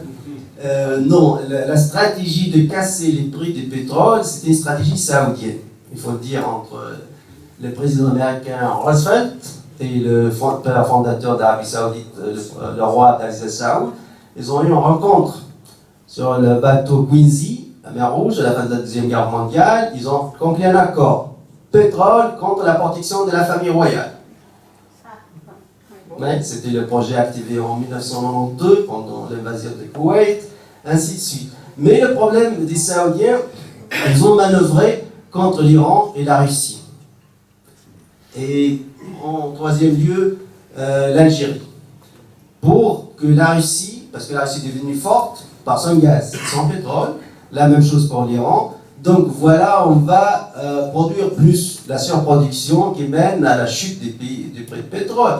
Mais ils sont tombés dans leur propre piège, parce que les Russes ils ont dit de toute façon, on va nous aussi faire coller notre pétrole, notre gaz. Les Iraniens c'est la même chose, et on va voir qui va gagner à la fin, parce que les Iraniens ils ont dit de toute façon, nous, on n'a que 30% de nos revenus qui viennent du pétrole et du gaz. Les Russes ils ont dit la même chose, or vous les Saoudiens c'est plus que 90%. Ils viennent de votre recette d'hydrocarbures. Donc c'est un bras de fer entre un clan au sein de l'OPEP. L'OPEP, c'est Venezuela, l'Algérie, l'Iran, mais la Russie qui ne fait pas partie de ces clans, et l'Arabie Saoudite et le reste des pays du Golfe. Mais à mon avis, les Saoudiens sont perdants parce que selon les statistiques, ils vont subir une faillite du budget d'État en 2020 si on continue avec le même prix de pétrole. Donc moi j'ai deux remarques par rapport à ce que vous avez dit. Il y a des facteurs économiques, politiques et autres. Et surtout un élément qui m'intéresse beaucoup, c'est le fait qu'on puisse déterminer le profil d'un futur terroriste en voyant que la personne s'éloigne de sa famille et tout ça. Donc ça c'est des moyens de pouvoir réellement découvrir au sein d'une famille si on a ou non au sein de la famille quelqu'un qui finalement est un futur terroriste. Ça c'est un élément très important que j'ai découvert dans votre conférence. Mais l'autre aspect que vous avez, peut-être qu'on n'a peut-être pas le temps, mais c'est les aspects économiques mais beaucoup plus importants, c'est-à-dire le pouvoir, c'est-à-dire quels sont les pays qui vont à l'encontre des États-Unis. Ben, c'est l'Iran, c'est la Syrie, il y a les réserves d'eau aussi qui sont les deuxième facteurs après le pétrole. Et ça, je trouve que c'est important de savoir pourquoi les États-Unis interviennent là-dedans, parce qu'eux veulent avoir le pouvoir. Est-ce que vous pouvez dire quelque chose par rapport à ça? La question exactement c'est quoi? Il y a deux choses. D'abord le fait que j'ai... c'est bon, ça j'ai compris, on est d'accord. Mais que vous ne parlez pas suffisamment, ou en tout cas pas eu le temps de parler du fait que les États-Unis ont... L'instrumentalisation. Voilà, donc pourquoi ils veulent... c'est eux qui ont fait tout ça. Oui, d'accord, bon, ça c'est excellent, parce que je n'ai pas aussi tout prononcé dans ma conférence pour laisser la parole dans les débats. Le 27 octobre 2015, à Washington, il y a eu une réunion entre les patrons des services secrets. Bien sûr, tout est publié par New York Times, Washington Post, il faut juste lire, suivre ce qu'on cherche, c'est le travail des chercheurs. Tout type est publié. Le chef de la DGSE française, c'est-à-dire les renseignements étrangers, qui appartiennent au ministère de la Défense française, comment il s'appelle, Bernard Bajolet. Voilà, Bernard Bajolet a dit il faut oublier la carte actuelle de la Syrie et de l'Irak parce que tous ces pays vont changer. On va voir de nouveaux États, ça c'est dépassé. Ces cartes sont dépassées, on va voir de nouveaux États. Là, on parle que vraiment il y a un problème qu'on veut diviser, partager la Libye, déjà en 3 pays, hein, la Tripolitaine, la Syrie en est, la Tripolitaine ouest et Fazan au sud, la Syrie en plusieurs États, sunnites, chiites. D'ailleurs, Daesh, c'est quoi? Daesh en arabe, c'est l'État islamique de la Syrie et de l'Irak. Irak et Syrie. Les Cham. Cham, voilà, bravo. Donc, Daesh, c'est un État sunnite qui prend un morceau de l'Irak et un morceau de la Syrie. Et ça fonctionne pour le plan, apparemment. Si je me base toujours, pas sur des théories de complot, mais sur des déclarations des gens responsables, comme le patron des renseignements français, Bernard Bajolet, qui dit littéralement le 27 octobre 2015, oubliez les cartes de l'Irak et de la Syrie, on a des nouvelles cartes. Donc, probablement, le fait de laisser Daesh à Syrie, tout en Irak, en Syrie, les Russes interviennent massivement, et ils disent non, ils s'accusent mutuellement, ils disent non, vous n'êtes pas sincères de combattre Daesh, nous, on est sincères de combattre Daesh, et vous allez voir. Et c'est vrai, maintenant Daesh est en train de reculer en Syrie, et c'est l'exode vers le Maghreb, surtout vers la Libye.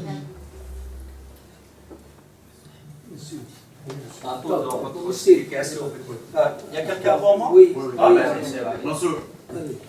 Une question. Vous avez parlé du terrorisme, mais vous n'avez pas défini qu'est-ce qu'un terroriste. Parce que, bon, pas tous ceux qui prennent des armes, c'est des terroristes, sinon tous les mouvements de libération nationale sont considérés par les occupants des terroristes. Maintenant, ce qui se passe, il y a des terroristes, mais il y en a des combattants. Hein, il ne faut pas mettre tout dans le même sac. Non, non, c'est pas tout.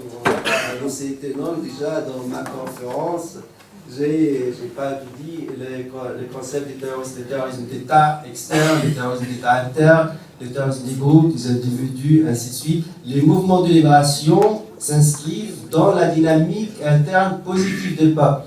Le FLN en Algérie a utilisé des armes, moitié des colons français, ça s'inscrit dans la dynamique interne du peuple algérien. Donc c'est positif, c'est reconnu par même la charte de l'ONU.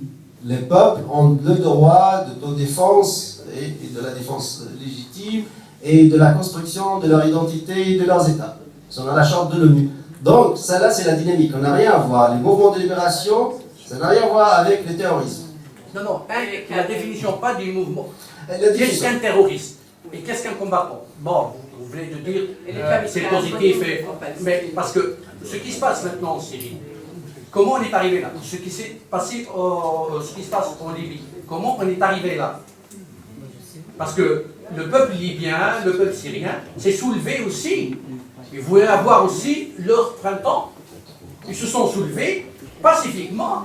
Ça fait des années.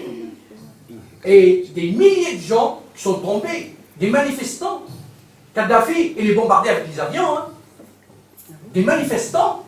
Ça, c'est l'histoire. C'est pas comme moi qui le dis. En Syrie, exactement le même.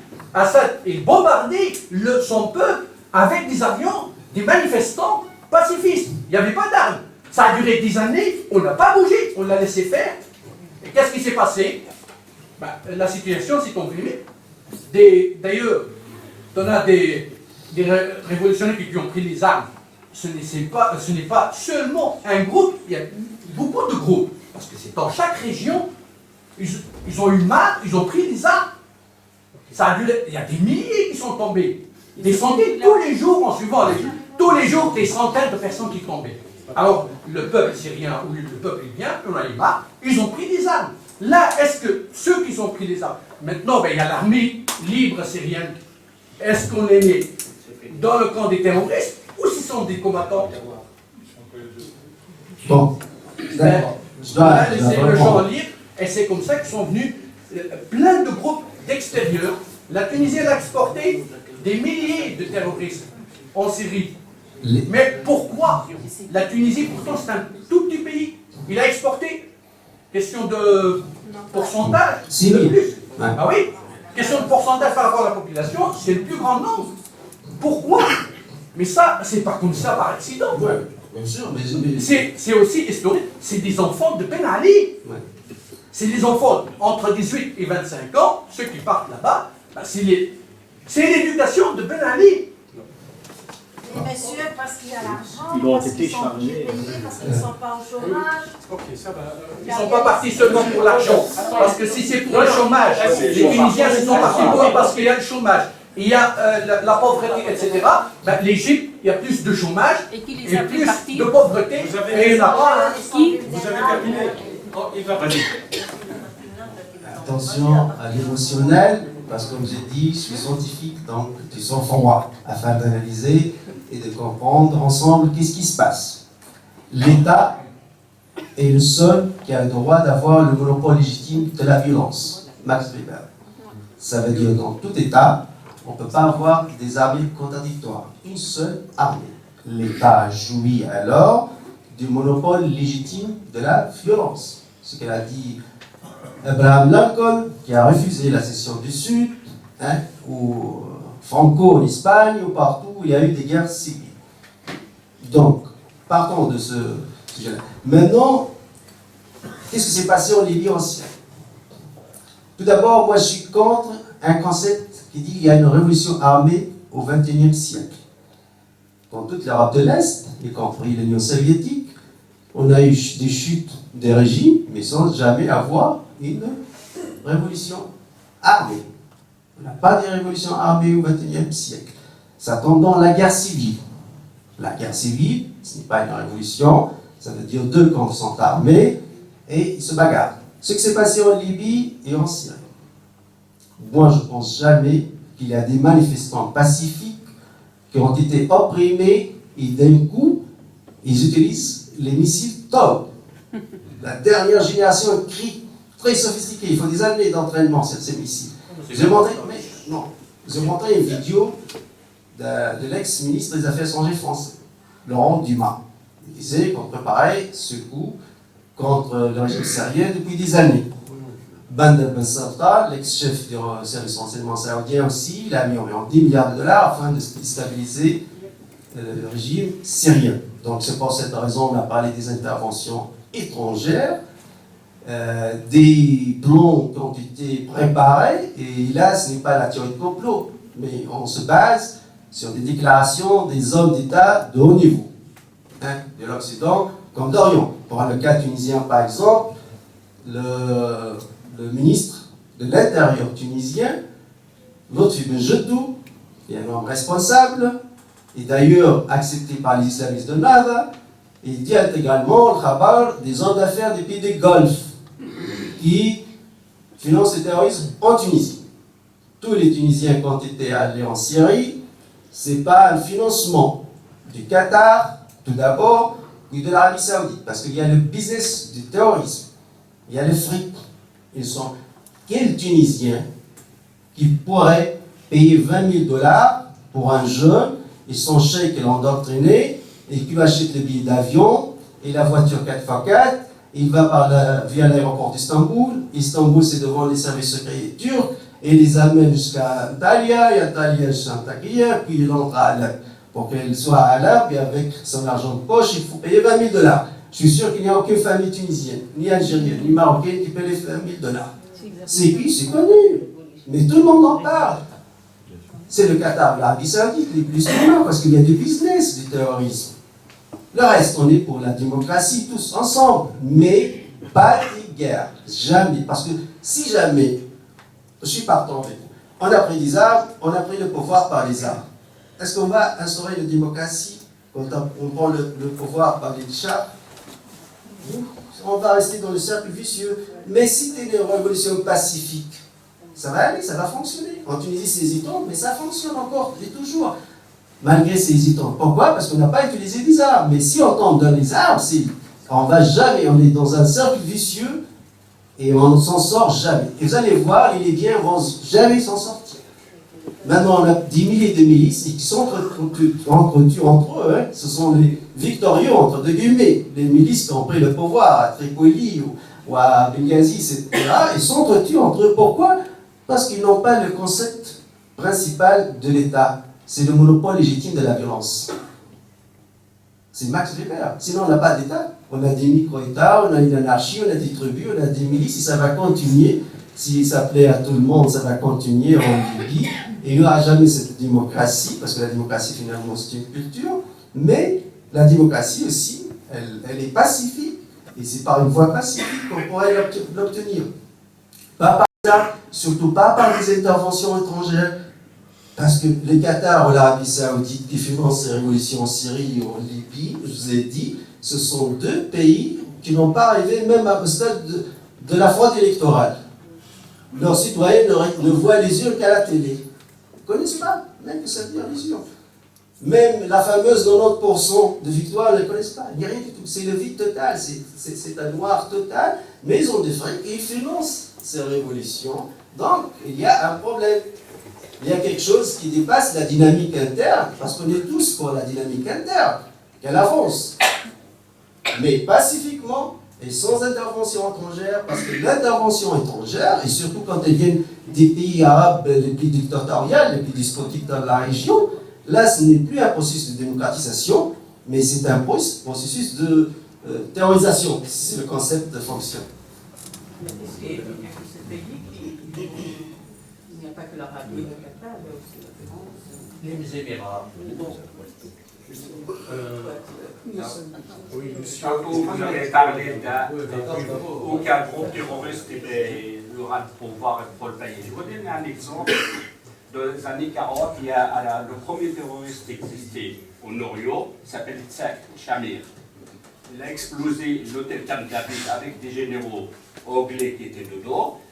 Il était le service de l'armée secrète israélienne, on l'appelle Haganah. Ils ont terrorisé 400 villages palestiniens, ils ont été détruits derrière Sine et le reste. Hein. Et Israël est devenu un État, malgré la fameuse par le terrorisme. Hein. Il est venu d'Europe, il a commencé par exploser des lieux, démolir des maisons, brûler les oliviers des palestiniens. Et maintenant, plus de 60 l'État d'Israël, malgré les terroristes. Je vais prendre 2 ou 3 questions et puis. D'accord. Oui, monsieur, c'est madame. Madame, oui. Allez-y. Madame. Donc, en fait, moi j'ai 3 questions. La première, c'est que je suis un peu étonnée que vous, en tant que. Vous parlez de votre travail, Plus fort. Vraiment une méthode scientifique. Et vous dites que vous ne regardez jamais aux théories parallèles, à savoir, par exemple, la théorie du complot, etc. Et que vous vous basez surtout sur les discours officiels et tout. Mais c'est comme si la vérité était dite dans la bouche des responsables. Ce n'est pas le cas. Il y a une vérité qui est sous-jacente. Je donne un exemple, la guerre d'Irak était préparée des années avant que l'Irak attaque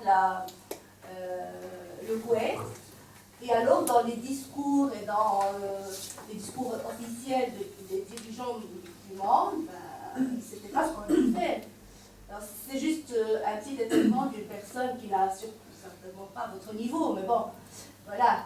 La deuxième chose, c'est que vous avez expliqué les choses sur le niveau économique, donc vous avez expliqué le terrorisme par l'économie, mais on ne peut pas mettre de côté et marginaliser le géopolitique qui est vraiment à la base. Pour moi, le terrorisme, c'est une manipulation géopolitique, on le veuille ou pas, c'est une réalité. Et ma troisième question, c'est, je m'étonne des fois qu'il y a des actes terroristes dans certains pays, et d'autres pays ne sont jamais touchés. Je donne l'exemple d'Israël, par exemple, qui est juste à côté, il est là, quoi. Et pourtant, il n'est pas touché par ça. Voilà, comment est-ce que vous pouvez expliquer ça? Monsieur. J'ai une grande préoccupation avec la Turquie, moi. Et je suis un côté qui est un très grand pays, qui est très fort avec son armée, protégé, et ils sont protégés par l'OTAN, mais ils sont très guerriers. Quelle est l'attitude aussi de ce gouvernement-là islamique? Non, islamiste, je ne sais pas comment dire. Islam politique. Oui, là. Oui, Madame. Je vais prendre les 3 derniers. Donc, Ouais. Oui. J'ai 2 petites questions. La première question, c'est finalement, donc, on a passé du printemps vers l'hiver. Il y a quelques pays peut-être qui seront arrêtés en été, comme la Tunisie. Mais en Égypte, au Yémen, en Libye, etc., c'est vraiment l'hiver, malgré que les régimes dictatoriaux sont tombés finalement. Qui est la cause ou le facteur principal de cela? Deuxième petite question. L'État d'Israël rêvait de pouvoir nuire un peu à l'armée syrienne ou quelque chose comme ça. Elle est arrivée maintenant, enfin, pas Israël, mais on est arrivé dans une situation où ce n'est pas seulement une partie de l'armée syrienne, c'est toute l'armée syrienne qui est détruite, mais c'est toute l'infrastructure économique, sociale, c'est tout un pays qui est complètement détruit, alors qu'Israël n'a pas donc fourni quoi que ce soit apparemment. Où est le service secret israélien de cela, et quelle est éventuellement la relation entre, par exemple, l'armée libre, comme il vient de dire, et Israël, surtout qu'on a vu qu'il y a quelques leaders de cette armée libre et de quelques combattants qui sont soignés par l'armée israélienne. Oui. Oui, moi c'est plutôt une interrogation par rapport à ce que vous avez dit au début. Donc vous avez dit que un des 3 facteurs clés pour qu'une révolution réussisse, c'est la position de l'armée. Et donc vous nous avez expliqué que soit elle doit être neutre, soit elle doit trahir. Et tout à l'heure, vous avez dit que vous ne croyez pas à une révolution armée au XXIe siècle. Et du coup, la conclusion que j'en tire, c'est en fait toute révolution est dépendante de l'armée. Enfin, entièrement dépendante du bon vouloir d'une armée qu'on est censé combattre. Parce que, comme vous rappelez la parole de Weber, l'armée, elle n'est pas neutre, elle est au service d'un État qu'on est en train de combattre. Donc en gros, si je mets ces deux phrases ensemble, finalement, en fait, il n'y a aucune révolution qui va réussir. Enfin, je ne sais pas si vous suivez ma logique, mais je trouve que il y a quelque chose qui... soit la révolution, elle va réussir à renverser l'État, et dans l'État, il y a l'armée, soit elle ne va pas réussir et renverser l'État et son armée, c'est prendre des armes contre cette armée, ou l'avoir avec soi, mais de toute façon, ça ne se... Comment est-ce que je veux dire?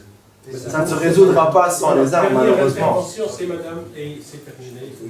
Je voulais dire que ma question est relativement brève, mais la réponse, je ne sais pas si elle sera si brève, mais c'est le Qatar et enfin les États, les Émirats arabes qui financent tout. Mais qu'est-ce qu'on peut faire contre eux? Qu'est-ce que les autres pays démocratiques peuvent faire pour s'opposer à ça? La fin ne donnera pas des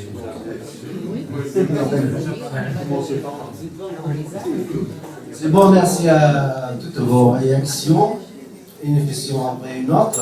Pour la dame, je pense, on a parlé de théorie de complot, la vérité, etc. Pour moi, ça me suffit, ces versions officielles. Ça me suffit.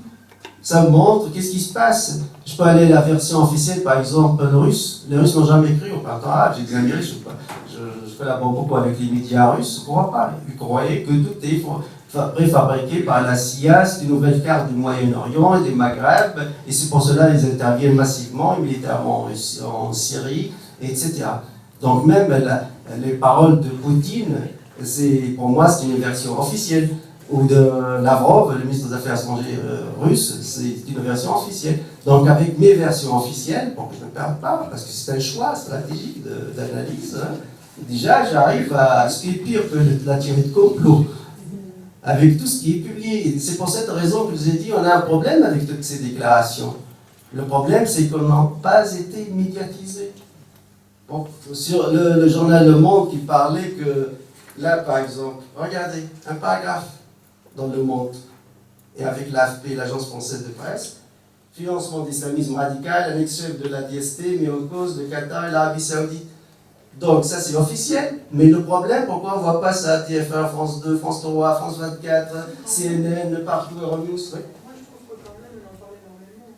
Sûr. Ça dépend, regardez, on regarde les archives. Après le 11 septembre, on a beaucoup parlé du wahhabisme, du rôle des Saoudiens. Puis c'est calme, puis c'est disparu.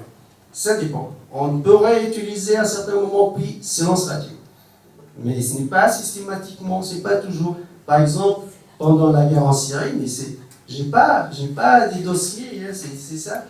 Mais c'est Le Monde, c'est France Presse. Donc c'est. On en parle depuis que les États-Unis se rapprochent de l'Iran et que ce sont deux. Oui. Donc déjà dans mes versions officielles, j'ai pas mal de vérités à révéler. Il faut les chercher, les trouver d'ailleurs, hein, parce qu'ils sont dispersés. Joe Biden, c'est devant des étudiants. Pourquoi dit pas ça devant la CNN ou à une conférence de presse? Mais c'est un étudiant qui a filmé. Ce sont les paroles de Joe Biden. Cette vidéo n'est pas fabriquée ou montée. Donc pour la géopolitique, il est comme oui. Destruction d'État, je viens de parler, l'intervention en Irak, l'intervention en Libye, je pensais bien éclairer ce qui s'est passé dès qu'on casse des structures, des États ont créé des vides, et ces vides sont remplis par des terroristes, et on ne veut pas les éliminer même. J'ai posé la question, on fait quoi avec Daesh à Sirte et Daesh à Sokolata, qui est en train de se propager, personne n'intervient.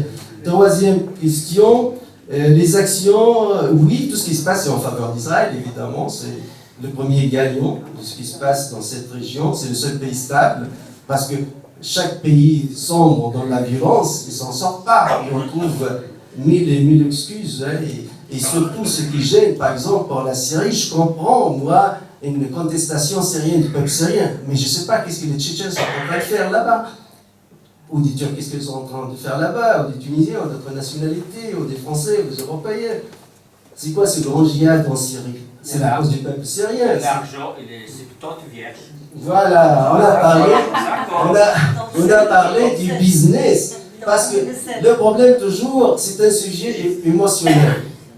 Et moi, je veux toujours le rationaliser. Je veux rationaliser ce sujet, trouver un certain rationalisme, une explication rationnelle à des actes irrationnels. Ouais.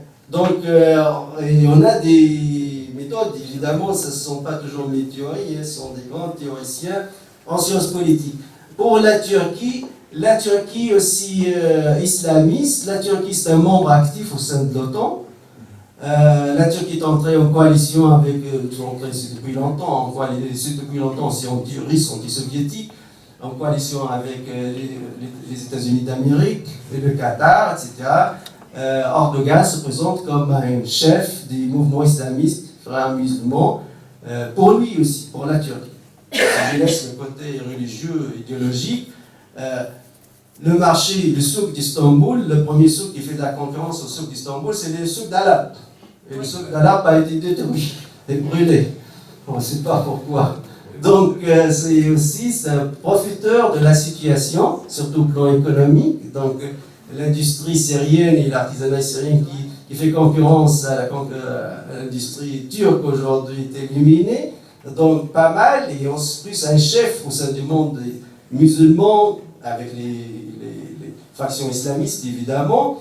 Et en plus, il y a l'accord des États-Unis d'Amérique, mais c'est un pays qui a de très rapports avec Israël. Il y a une collaboration militaire avec Israël aussi. Donc, tout fonctionne. C'est les pays qui ont profité du malheur du monde arabe, c'est normal, c'est Israël, l'Iran et la Turquie. Les pays stables, des puissances nationalistes qui sont en train de prendre la force en se la basant sur la faiblesse d'autrui. Maintenant, l'Égypte, le Yémen, d'un printemps vers l'hiver, oui, le problème aussi, la démocratie assistante, c'est pas facile. Bon, tout d'abord, qu'est-ce que c'est une démocratie aussi au plan philosophique? On est loin de l'idéal. Moi, je dirais par exemple en Europe, la démocratie européenne est meilleure que la démocratie américaine parce qu'il y a une démocratie sociale. Au moins, il y a un côté social parce qu'aux États-Unis d'Amérique, c'est le néolibéralisme. Donc, il n'y a que les élections. Vous mettez votre bulletin et bye bye. Ne demandez rien, vous n'avez aucun droit sur l'État. Le seul droit, c'est le jour où vous mettez votre bulletin. C'est ça notre démocratie. Le problème, malheureusement, pour la Tunisie, elle tombe dans le modèle américain, néolibéral, mais pas le modèle européen, ça veut dire la démocratie sociale. Donc il n'y a pas d'État-providence. C'est pour cette raison qu'on est toujours en train d'alimenter le terrorisme. Et la démocratie aussi, c'est une culture, culture. Quand il s'agit toujours des concepts, je préfère toujours les prononcer même en anglais. Culture, political culture. La démocratie, c'est une culture politique. Il faut accepter aussi les résultats. Je veux dire, par exemple, si les 49% n'acceptent pas la victoire de 51%, il n'y a pas de démocratie. Hein. Tout ça, c'est parce que c'est un compromis, la démocratie. Dès qu'on n'a pas ce compromis, il n'y a plus de démocratie. Ce n'est pas une question, j'ai 51%, donc je fais tout ce que je fais, j'ai la légitimité totale, je peux tout changer, et c'est bon. Non, pas du tout. La démocratie, c'est toujours, jusqu'à la dernière minute, c'est un compromis. Des concessions mutuelles. Moi, je recule, je fais un pas, vous faites un autre. Et dans les démocraties, par exemple, ici occidentales, quand il y a une passation de pouvoir, ils ont des partis. Nous, en Suisse, c'est l'opposition. Il n'y a pas d'opposition. Tout le monde gouverne ensemble depuis 1959, la formule magique en Suisse. Gauche, droite gouvernent ensemble, dans une coalition, dans le sein du gouvernement fédéral, depuis 1959, jusqu'à nos jours, ce que nous appelons la formule magique. Il n'y a pas d'opposition. Vous gagnez les élections au Parlement, vous entrez dans le gouvernement. La démocratie, c'est quoi alors? Prenons les vieilles démocraties comme la France, l'Angleterre, etc.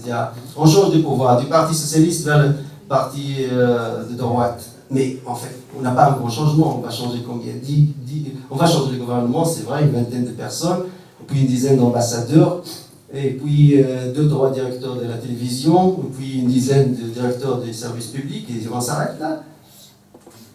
ne va pas changer 10 000 fonctionnaires, je suis sûr. Alors, par exemple, ce qui s'est passé, le drame algérien en 92 ou le drame égyptien avec l'intervention de l'armée, quand on gagne, on pense qu'on va changer 100 000 postes. On va éliminer toute une classe pour l'emplacer par une autre. Et ça ne marche pas, parce qu'il faut savoir toujours il y a un compromis. Et ce compromis, c'est fondé sur une culture démocratique. Et en Europe, si je résume la démocratie européenne, par exemple, c'est un compromis entre la classe moyenne et la classe haute bourgeoise. La grande classe bourgeoisie, voilà, vous allez nous laisser tranquille, on paye énormément d'impôts afin de financer votre état-providence, de financer le chômage, on élimine la misère, mais c'est fini, le drapeau rouge, on va vous éliminer, on va tout nationaliser, on va vous déposséder de vos biens, ça c'est fini. Ils ont fait les deux concessions. L'un paye beaucoup plus d'impôts, et l'autre c'est le contraire, et l'accepte. Donc il y a une période pacifique, parce que l'Europe bouge aux années 20, 30, on sait bien ce qui s'est passé en Espagne, la guerre civile espagnole, 36, 39, c'est énorme, 600 000 morts la guerre civile espagnole entre Franco et les républicains, ce qui s'est passé en Grèce, ce qui s'est passé en Portugal, ainsi de suite. Et en Allemagne, les années 20, ce n'est pas facile, c'est toujours un compromis fragile.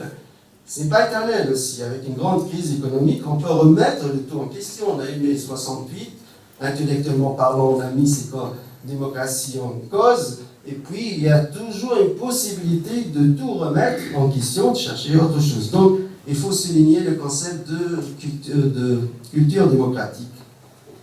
Évidemment, les États arabes sont loin. La Tunisie est en train d'avancer, c'est vrai. Et le Liban, ils ont une coalition miraculeuse, ou une pacification miraculeuse de leurs contradictions, et ça fonctionne pour le moment, mais aussi ce n'est pas facile l'acquis de cette culture.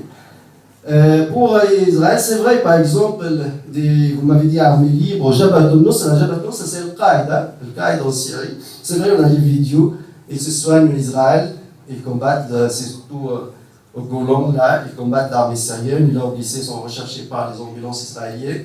Dans une alliance objective, on appelle ça en sciences politiques, ça veut dire une alliance objective, on a l'ennemi commun, donc on est ensemble, puisque notre ennemi commun c'est l'armée syrienne.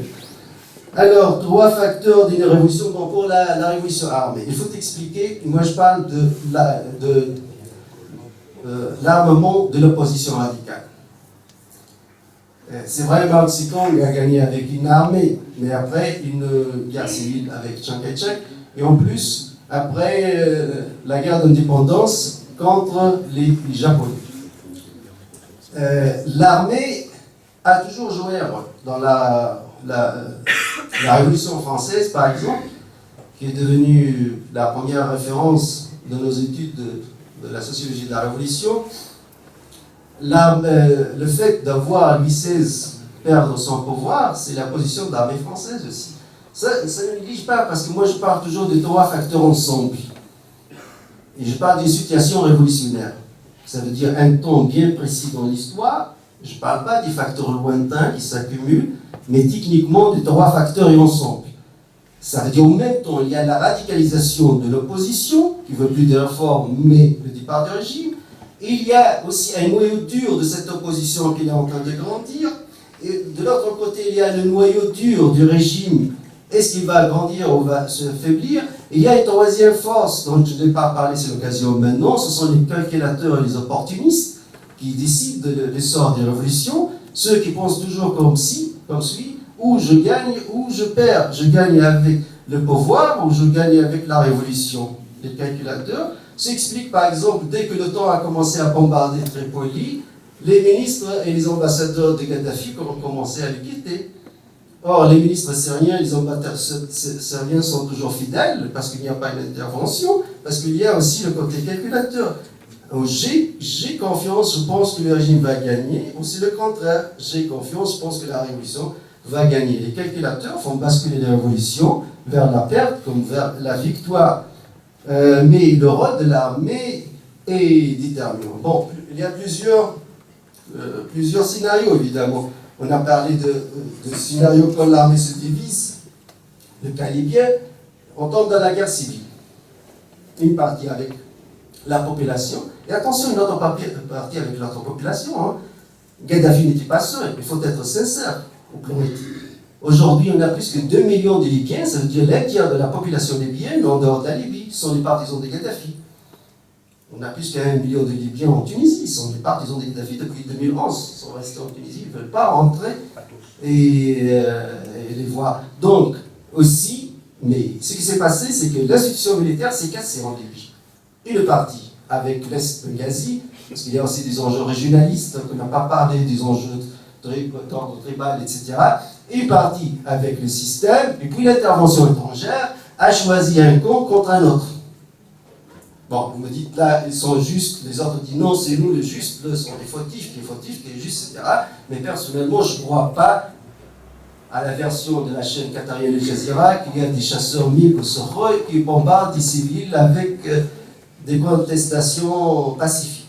Il n'y a aucun pilote dans le monde, à mon avis, qui ose tirer un missile air-sol contre des manifestations pacifiques, parce qu'il suffit la gaz lacrymogène. Les régimes, les pires dictatures, ils utilisent les balles réelles pour tuer ou massacrer quelques-uns afin de faire venir l'ordre. Il faut faire attention aussi à la propagande surtout qui viennent des pays qui ne sont pas démocrates, comme l'Arabie Saoudite, ou le Qatar, ou les Émirats, des dictatures moyenâgeuses qui dominent, c'est vrai, le monde du paysage médiatique par le fric. Mais on sait bien, finalement, qu'elles sont des dictatures. Ils ne peuvent pas donner des leçons à des démocraties émergentes. Dernière question.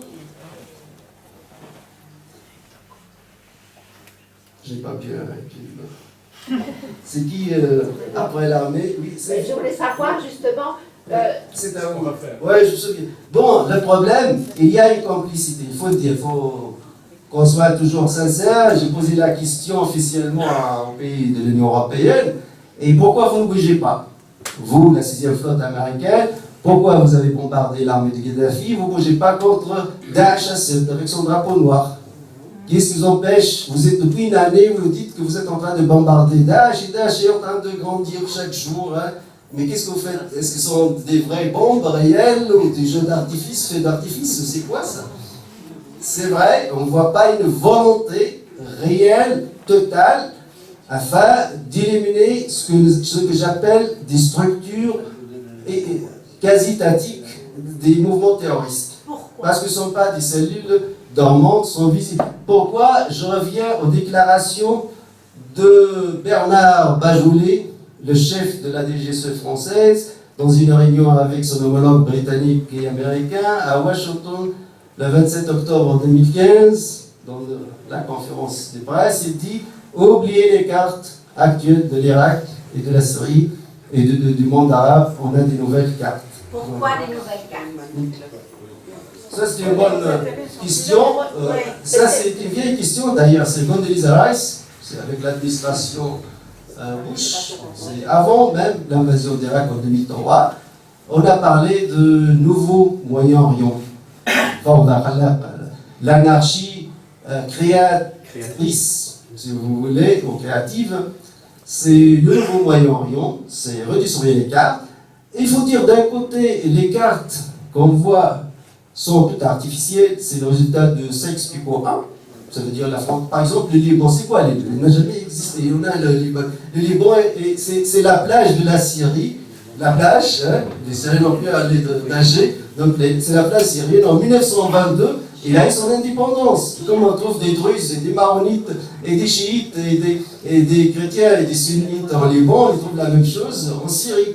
La Jordanie, c'est tracé par une règle et un crayon. La Jordanie, comment s'est fondée? Le fondateur, c'était le roi Abdallah. Son père, c'est le cheikh Hussein de Mecca, l'émir de Mecca. Son frère Faisal a été assiégé à Damas aux années 20. Il lui dit, va aider ton frère, tu as une petite armée, aider ton frère contre les Français. En chemin, dans la route, les Anglais l'arrêtent. Là, il dit, pourquoi tu vas faire quoi? Aider mon frère, mais non, on va te construire un État, c'est la Jordanie. Tu vois, tu as 1 million de livres sterling par an, et tu es un petit roi, et tu restes tranquille. Ton frère, t'inquiète pas, on va lui donner l'Irak, il va devenir le futur roi d'Irak, ainsi de suite. Bon, je veux dire par ça, il y a plein d'histoires. D'ailleurs, le Koweït n'existe pas, parce que c'est les Anglais au reculons après la guerre des Indes, quand l'Inde et le Pakistan s'est mis contre le Cachemire, pour reculer, enfin pour évacuer leurs soldats, ils ont créé le Koweït. Parce que le Koweït, c'est 19e province de l'Irak. Hein. Toutes les cartes. On a tracé cette frontière. Pourquoi? Parce que le seul endroit, le côté Bassora, au côté du Koweït, qui peut évacuer l'armée anglaise. Hein. Il y a la Jordanie, H4, H5, c'est des régions qui... C'est pas la réponse à ma question. C'est pas la réponse à la question, je voulais simplement savoir ce que les autres pays pouvaient faire pour s'opposer. Mais je vous ai dit, il faut intervenir. Quand vous êtes intervenu contre Kadhafi et Saddam, il y a une résolution d'ailleurs 1973 qui autorise la communauté internationale, le Conseil de sécurité, de protéger la population civile libyenne. Au nom de cette résolution 1973, on pourrait intervenir militairement contre Daesh ou contre Daesh à Sabrata. Pourquoi il n'intervient pas contre le bombardement de Gaza, c'est sécurité? Alors oui. Là, on pose la question. Il y a le quoi de mesure. Voilà. Il y a pas de pétrole à Gaza, il n'y en a pas de... Qu'est-ce que je vous ai dit dès les premières phrases? On a un vrai problème avec la politique des 2 poids 2 mesures. Pourquoi on intervient militairement en Libye contre un régime en faveur d'une révolution et on fait le contraire au Bahreïn? On intervient militairement contre une révolution pacifique et en faveur d'un régime. Pourquoi? Parce qu'il y a 2 poids 2 mesures. C'est pour cette raison que les Russes sont embarqués en Syrie, parce qu'ils veulent dire stop, il y a un nouveau monde qui est en train de naître. Les pays BRICS, le Brésil, l'Inde, Sud-Afrique, la Chine et la Russie ont fait la même chose. Stop, le monde a changé. Maintenant, il y a une nouvelle guerre forward à l'échelle planétaire, une nouvelle division, et on ne va pas accepter le fait accompli que vous êtes en train de faire. Et les Américains, il faut l'avouer, ils sont en train de lâcher de l'Est et de reculer, actuellement. Merci. Merci beaucoup.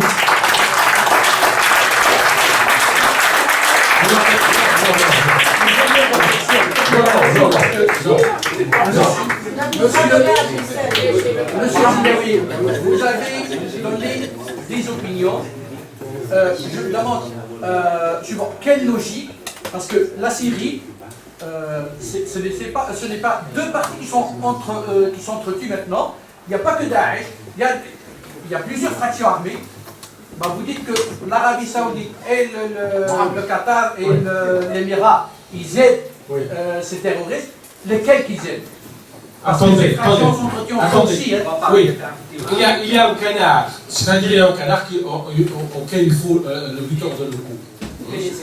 C'est lequel? C'est cette histoire qu'en Syrie, on a commencé par des manifestations pacifiques, et puis c'est le régime qui est venu avec ses avions pour bombarder les manifestants. C'est faux, c'est de la propagande, c'est de la désinformation.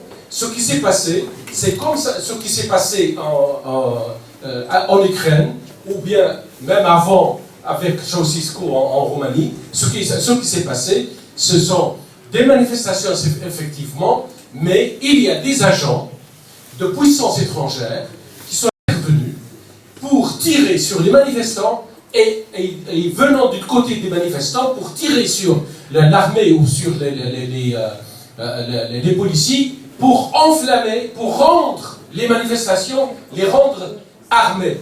Et c'est ce qui s'est passé en Turquie.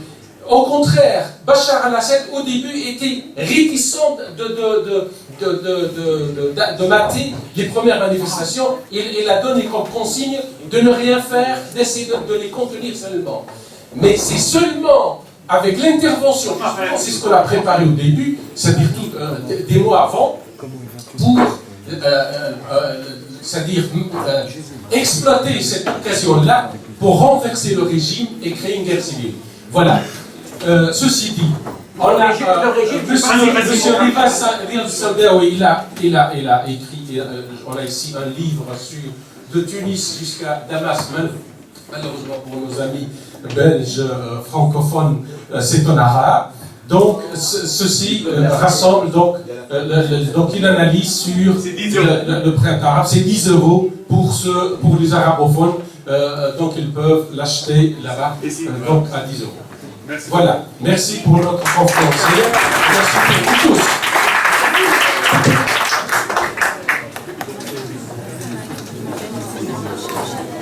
C'est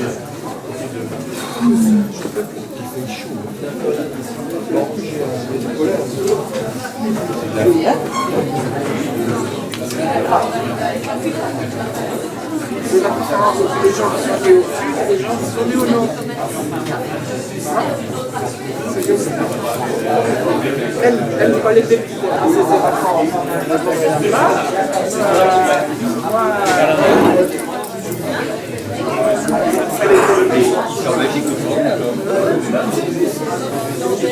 Là-bas au-dessus.